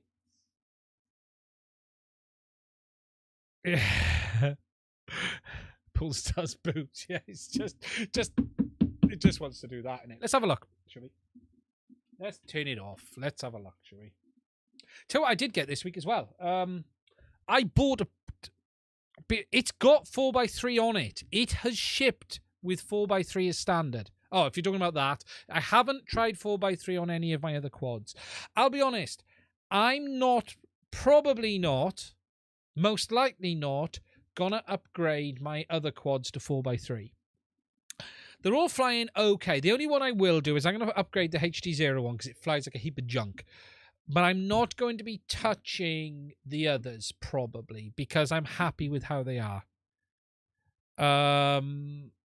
This come with 4x3 as standard, I think. It's a custom version of it. Let's get off. I need to upgrade my Betaflight configurator as well, I think. Let's have a look. What is this? I'm sure this shipped with 4x3.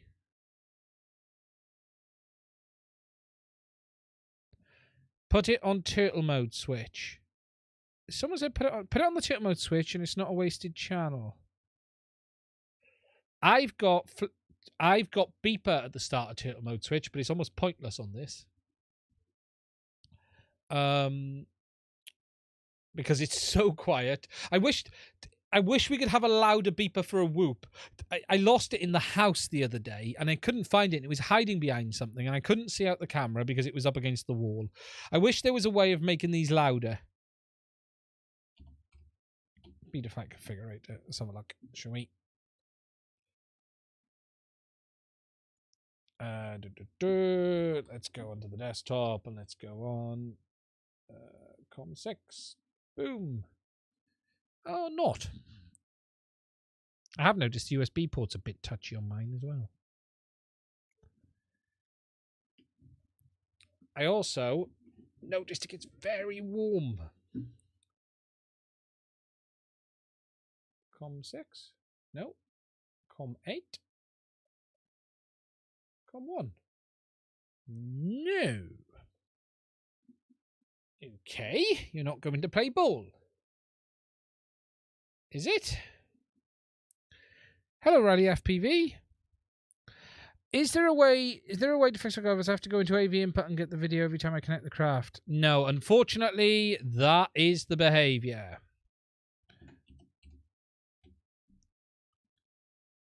Is Betaflight going to play ball or is it going to be a pig?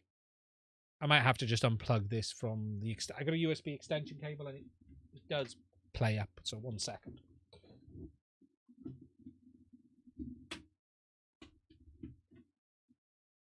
There we go. See, every time it's the USB extension cable. Oh, okay. So where's my transmitter? Where are you? Where's the Mambo? Where's the Mambo? Because I'm such a TBS shill.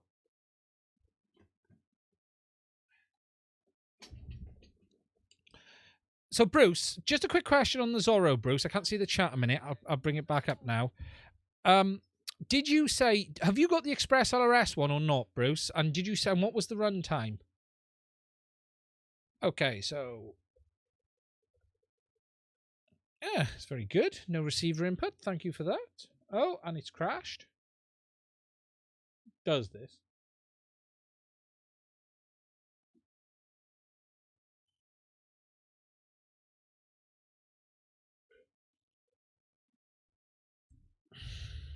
at times.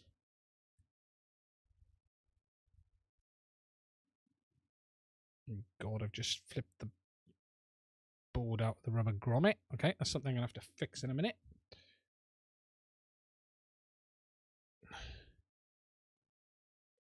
Why is the receiver not working? Oh. Hold on a minute. Let me just grab a battery. It shouldn't need power to show the receiver. It should be fine. Oh, sorry. Wait there. It's me being a dick. I took the module out the radio. Where is it? I took the module out earlier because I was filming something. That's my fault.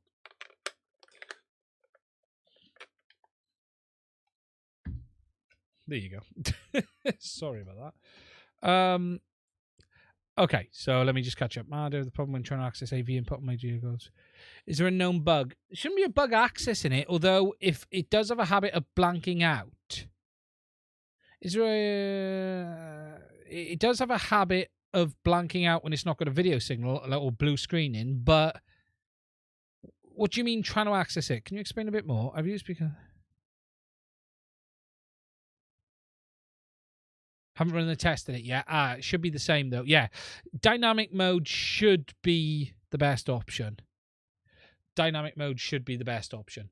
Okay, so let's just have a look. Let's go. So, modes. Where's ear mode?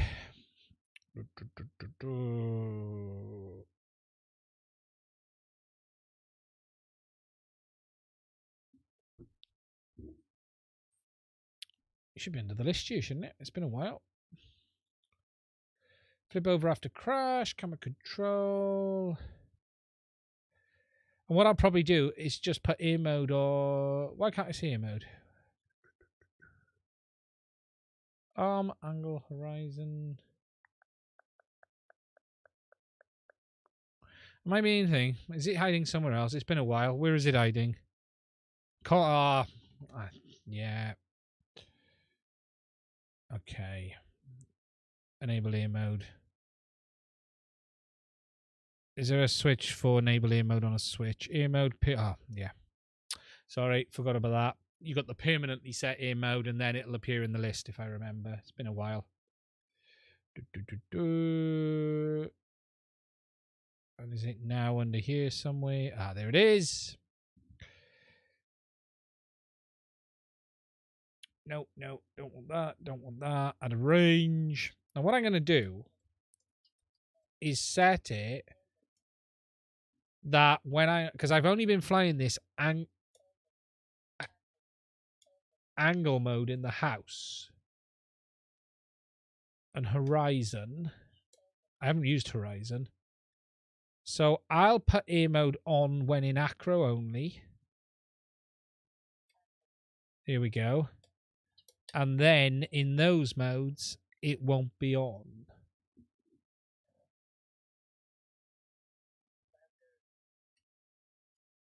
I could set it to another switch as well.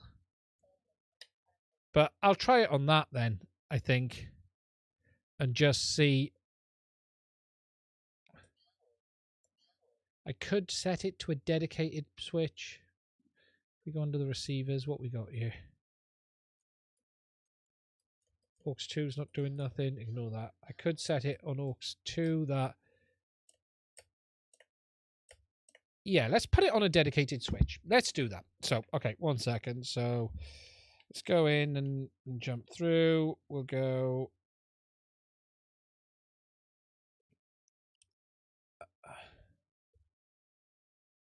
Let's go on what we got here. So, AUX 2, AUX 1.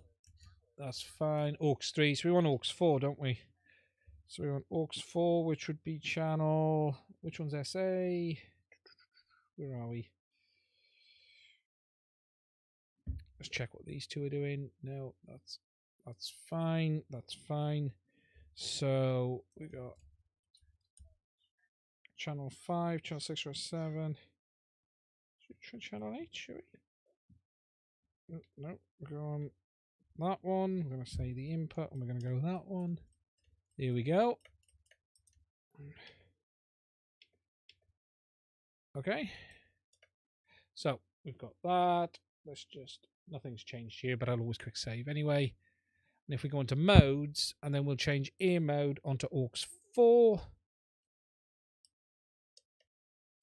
And what I think I'll do is have it off as standard. But if I want it on, I can flick that down. So there we go. So I've got it on that dedicated switch. Actually, I'll do it on it so it covers both. There we go. That's nice. There we go. So that way, it's off as standard, and if I want to turn it on, I can put that down to there. That makes a bit of sense. It's been a while since I've turned ear mode off. One more switch to get wrong. Yeah.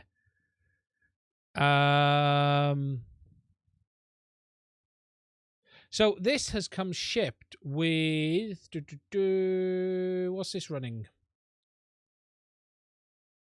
4.3 on the flight controller. This one is running as standard.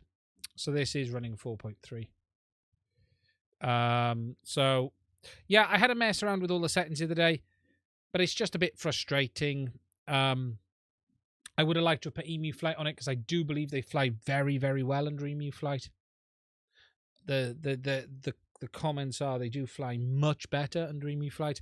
Now, I need to find a voice now for that, don't I? So we now need to find a voice for that channel. Special functions.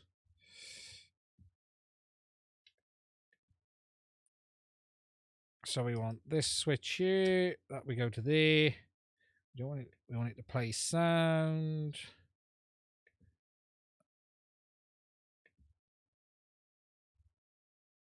Actually, no, it's not play sound. It's play voice. Oh, gone too. I've done it. There we go. Do you know, I always forget that. JB mentioned that the other day. Do you guys know? For anyone in, you didn't know, if you go too far in OpenTX or any of these software, if you want to go back, just press and hold page and it goes back one. Play track. I'm looking for ear mode. There should be an ear node. Acro mode, ear.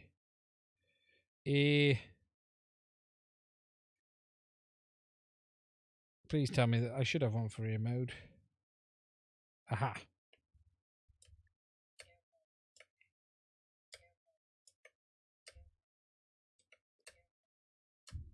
Sorted. Is there one for ear mode off? No, there isn't.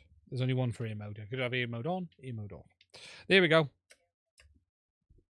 I put voices on all of my stuff so I know what the switch does, because if I don't, I'll forget. That's why I always do it, because I will forget if I don't. The FR Sky Mobular come with Beta 5 3.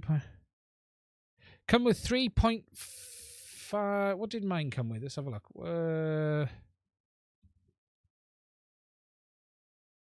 The FR Sky one's 3.57. Yes, they do. These ones come with 3.7. The Express LRS 2.4 gig ones. I think it's because of the new support. Just now, accidentally taken the board out of its mount. That's the only problem with these. You've got to be so bloody careful on these things. So gentle.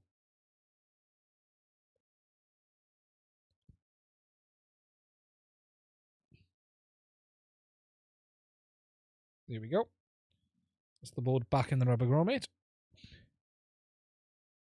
So easy to do damage on one of these.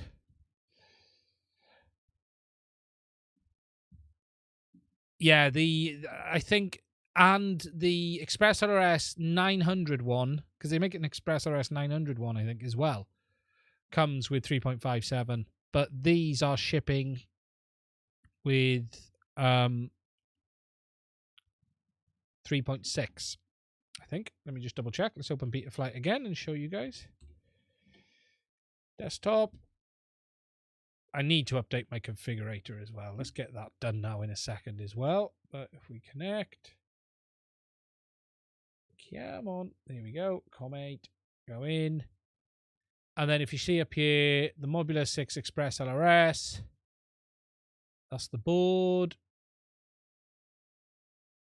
And it is running firmware, come on, version 4.3.0.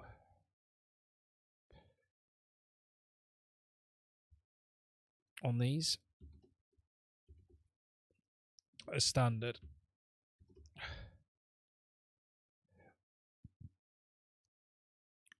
Yeah.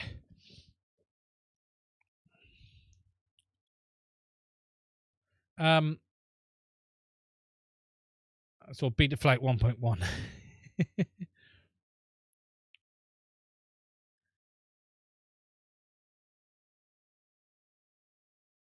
Yeah, so they are, I think they are all of the SPI ones. It's just there's yeah, there's no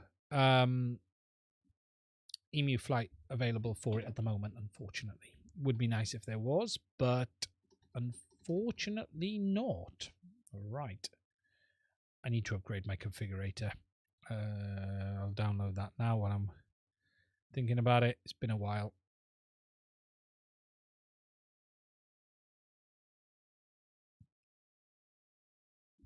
There we go. Sorted that as well. Okay, guys. So that's that. One last thing I'm going to talk about. Turn the radio off before I forget. Is the DJI units. Now I was... Oh, actually, sorry. Two things. Two things quickly.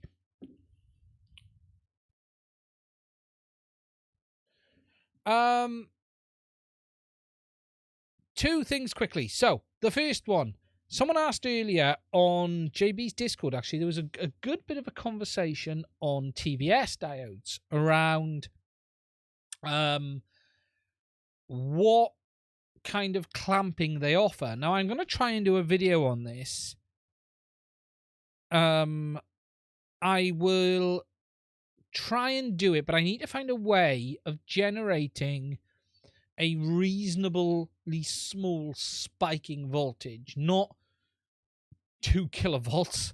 I need something fairly small, 100 volts, something along that. And I'm trying to think of an easy way to create a spiking voltage. Any ideas, Bruce? How can I create a spiking voltage? A voltage spike. Not 2 kilovolt one. But I want to do a video on this and just show it. And I was showing some stuff earlier. Run up a motor with a drill. Use an audio amplifier and a transformer. Interesting. Never thought of that.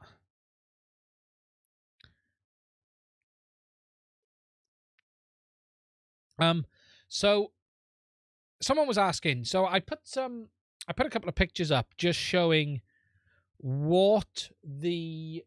Have I got it plugged in? No, I haven't. Let me just find it.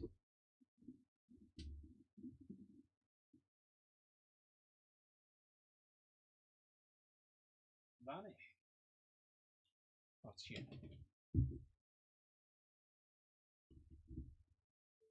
Just plugging in the memory stick from the oscilloscope. Just to show you, yeah, capacitor bank might do it to try and just to create like 100, 150 volt. I want nothing shocking. But yeah, just to show you what the clamping of a TVS diode looks like. So just to show you guys on this image here, just to put this back up, and we need to zoom in on this one. Here's just a quick screenshot of voltage input from a power supply on the TVS diode. And this is the diode clamping down. Now, the power supply was set for 50 volts, okay? So we've got 10 volt increments. So we're starting, for some reason, in the middle here. You've got 10 volt increments. And what you've got here is the voltage coming up, and it's clamping at about 28.2 volts. That's the clamping position on the oscilloscope, and clamping down. So this is simply the power supply going up, and then it clamping at 28.2 volts, and that's stopping the voltage going any higher than that. Now, whilst this is a nice demonstration of the TVS diode in use, I'd like to be able to demonstrate it more with like a very rapid spike than this slower ramp up that my power supply is doing, because the power supply is ramping up voltage rather than going instantly high. And it's something I want to try and work on over the next couple of weeks. And it will be something we're going to try and show a video of. But this is just going to show you the clamping of the TVS diode. Further to this, I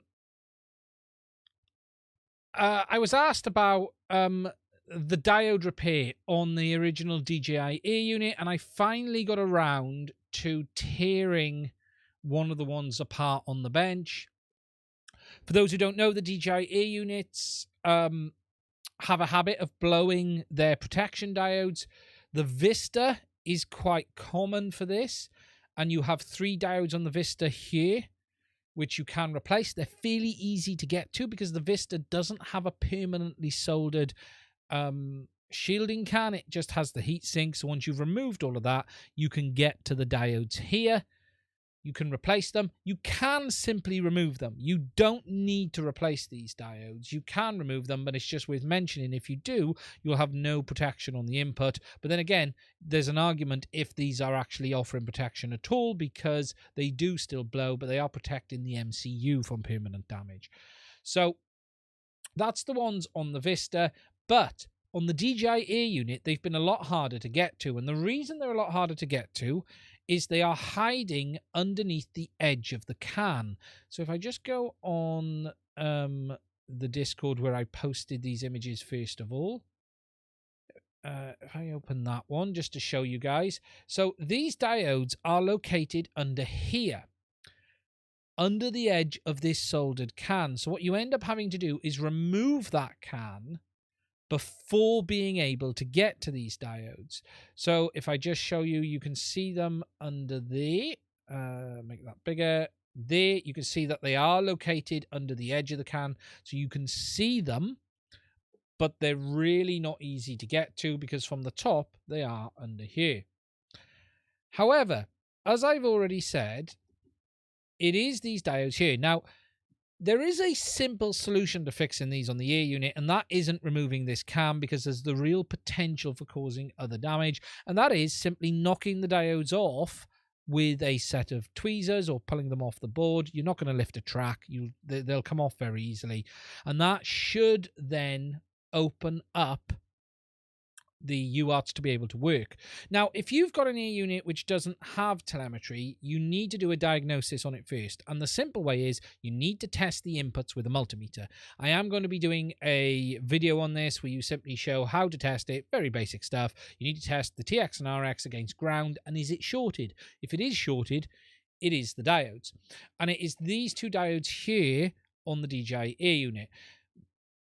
Whilst replacing them is difficult simply because of getting this can off, what you could do, as I've said, and as I've shown in this image here, they're just sticking out there, or you can see them there. I would personally just pop them off with a very gentle screwdriver or a set of tweezers and then try it again. But you're then going to need to look at adding external protection rather than replacing them. There is, though, some interesting other bits on the DJI Air unit around how it actually works, in the sense of we've got these 2 protection diodes on these UARTs. There is a population place for a protection diode for the S-bus input, but they don't put a diode there. On the Vista they do, but they don't on the DJI, which I found interesting. We've then got a voltage input diode, a reverse polarity one. We've then got a clamping diode here. And then this is the other really interesting bit. There are 2 additional diodes on the 2 end pins which are unused on the DJI unit. When you actually look at the harness for DJI, you have positive, negative, TX, I think an RX or RX and TX, signal ground, S-bus. That is the pin out. So plus, minus, the UARTs, ground, signal ground, and then S-bus. And these 2 are completely unused. However, DJI do have protection diodes on those inputs. So it does look like there is another UART here that is unused on the ear unit. They're not linked to these, I've checked. It's not the same UART, but it is interesting that there is a second UART there that we don't have access to. You then have quite a big MOSFET in the ear unit. I'm not sure why they've got a MOSFET in there. Obviously for switching power, but there is a MOSFET in there, and that's the one that burned out on one of mine as well. But that is the simplest way to do the repair, and then that's the part number up there of the diode. I've put this together, and I've put this up on the repair.wiki as well, which is Lewis Rossman's website, and I'm going to be adding some other stuff on there a little bit later on too. But I did think I would just share this with you guys if you are looking at how to do a repair on the ear unit. So if you don't have OSD, the first thing to check, if you've done everything else through the flight controllers and you think it's the flight controller, is check for shorting on the UART inputs. And if they are shorted, it's those two diodes there that need to be removed. Just going to find the chart. The extra pins for sending the data back to China.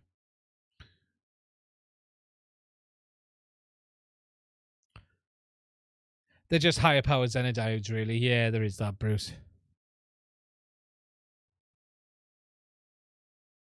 That's why I want a Vista on a back. Yeah. It's not an easy ear unit to fix, the DJI one, but you could just knock the diodes off. They are cheap. They're not expensive. It would have been much better, these being TVS diodes as well. If they were TVSs, they'd have offered better protection than what DJI are using. DJI are using just, they are signal protection diodes, but they basically short to ground permanently. It does make you, it's an annoyance that if that is another UART, right, that you couldn't swap it in software. It's a frustration, that. Has anyone ever tried using those other two ports? Just as a matter of interest. I don't think I have. Has anyone ever tried using the other two ports on the ear unit? We now know they're UARTs. They might work. Do you know what? They may actually just work. This is DJI we're talking about here. They may just work, and you may be able to get your ear unit up and running again. I need to have a look at that. I definitely need to have a look at that.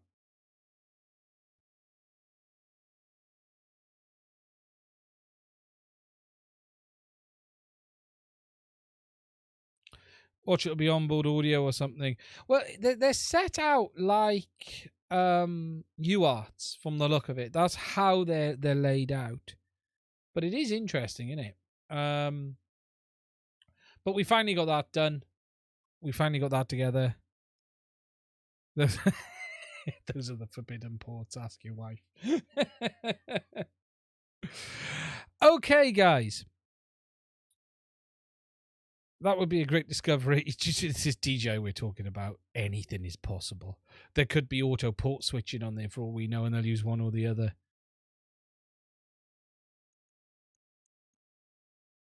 That's where your remote ID connection goes. Very possible, Bruce. It's a shame I didn't have the contacts I used to have. I would ask what the question of what they're for. Have I seen the new Runcam Thumb? No, I haven't. Let's have a look, shall we?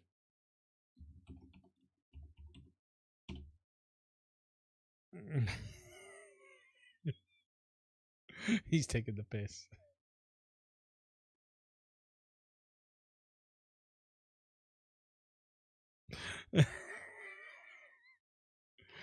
Oh, God. So, let's just get this one catch up.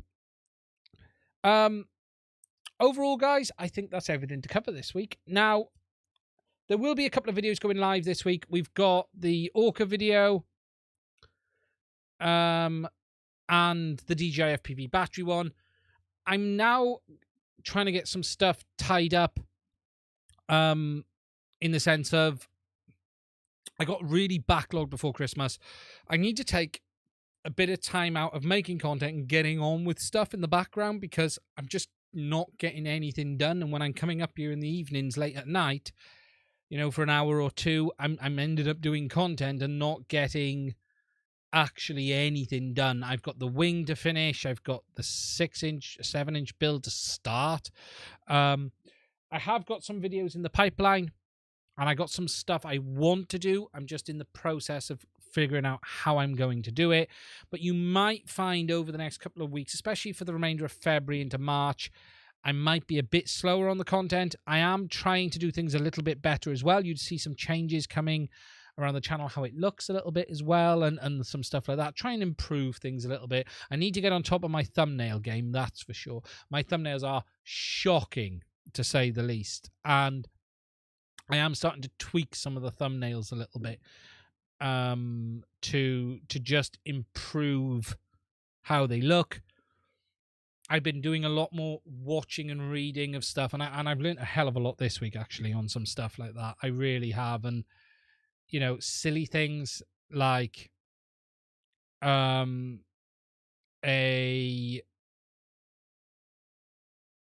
don't repeat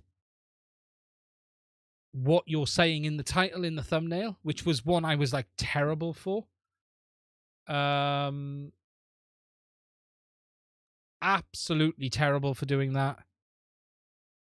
Don't cut Psychotic Tuesday, the day of the Lipos USB port's terrible. But don't cut the Pyrotechnic Tuesday. Yeah, no, the day when Lipos ear units and USB ports tremble in fear. Yeah, no, I've just... What I have found, something looking back, is I'm at the stage where I'm doing... So I'm just looking on Runcam's website. Does this thumb exist, or are you taking the mickey? Thumb $49. Anyone got a link? No, I've just got to... I'm at the stage where I'm spending more time recording than I am actually doing at the moment. I haven't flown much. It's real. It's on this site. I'm trying to find it. Where is it then? Is it a camera then? Is it? I'm looking on Runcams for... God Camera reviews the thumb. I'm on the wrong... Where are we here?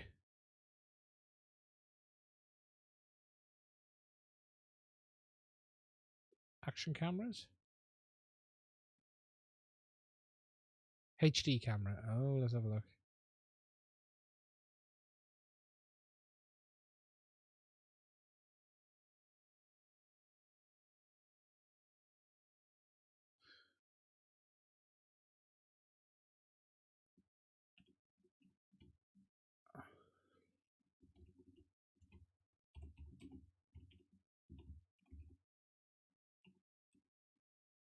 You lot are probably taking the mickey out of me now. Oh, no, you're not. I'm disappointed. I thought you were taking the mickey out of me. These gals. Let's put gals up, shall we? We're going to have to watch the advert.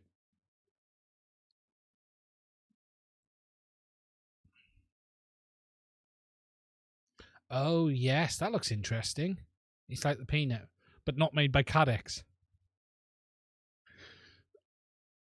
$50 is cheap, isn't it?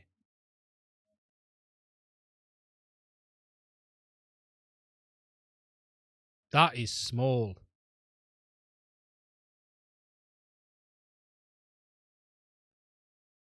There's a link in his description. Ah, there it is. $50. That's cheap. So it's got built-in gyro, so you can stabilize the footage afterwards. Wow, that is... No, that's the Runcam toe that they're pulling your leg on. 150 field of view, 5-volt power supply. That is very nice. 1080p, 60 frames a second, built-in gyro.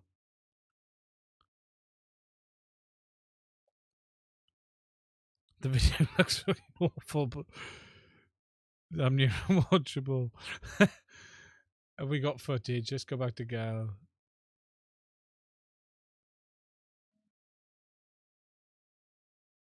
Here we go. Oh. Yeah, I see what you're saying. Is that any better than what DJI's got? I know, ignoring the stabilization, obviously. Looks a little rough, doesn't it?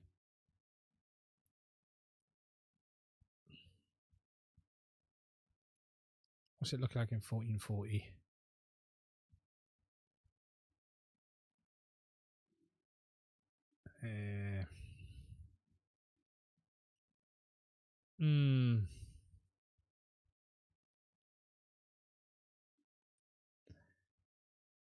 Yeah, I gotta ask myself. Jared Fuck abuse for backslash like DJ DVR. Yeah. I'm just not sure of what that brings to the table. It doesn't look bad between the trees, though, to be fair. Looked alright there. Looks like some DJI DVR. Yeah, you wouldn't. The DJI DVR will be better. This is for other aircraft, isn't it? There's a bit of detail in the footage, though. Interesting. I was looking down in the grass then. Yeah, there is footage there. Although he's struggling with a bit of jello on it, but that could be the mount.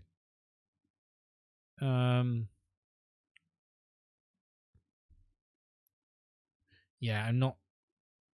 Probably going to. Yeah, I agree. For whoops and stuff.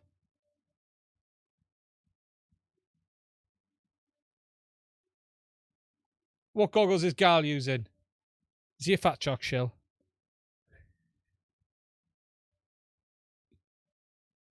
It's hard to argue with the price. $50 is pretty good. To be fair, at least Runcam's own footage looks quite poor. They're not selling you. They're not. They're not overselling it. At least.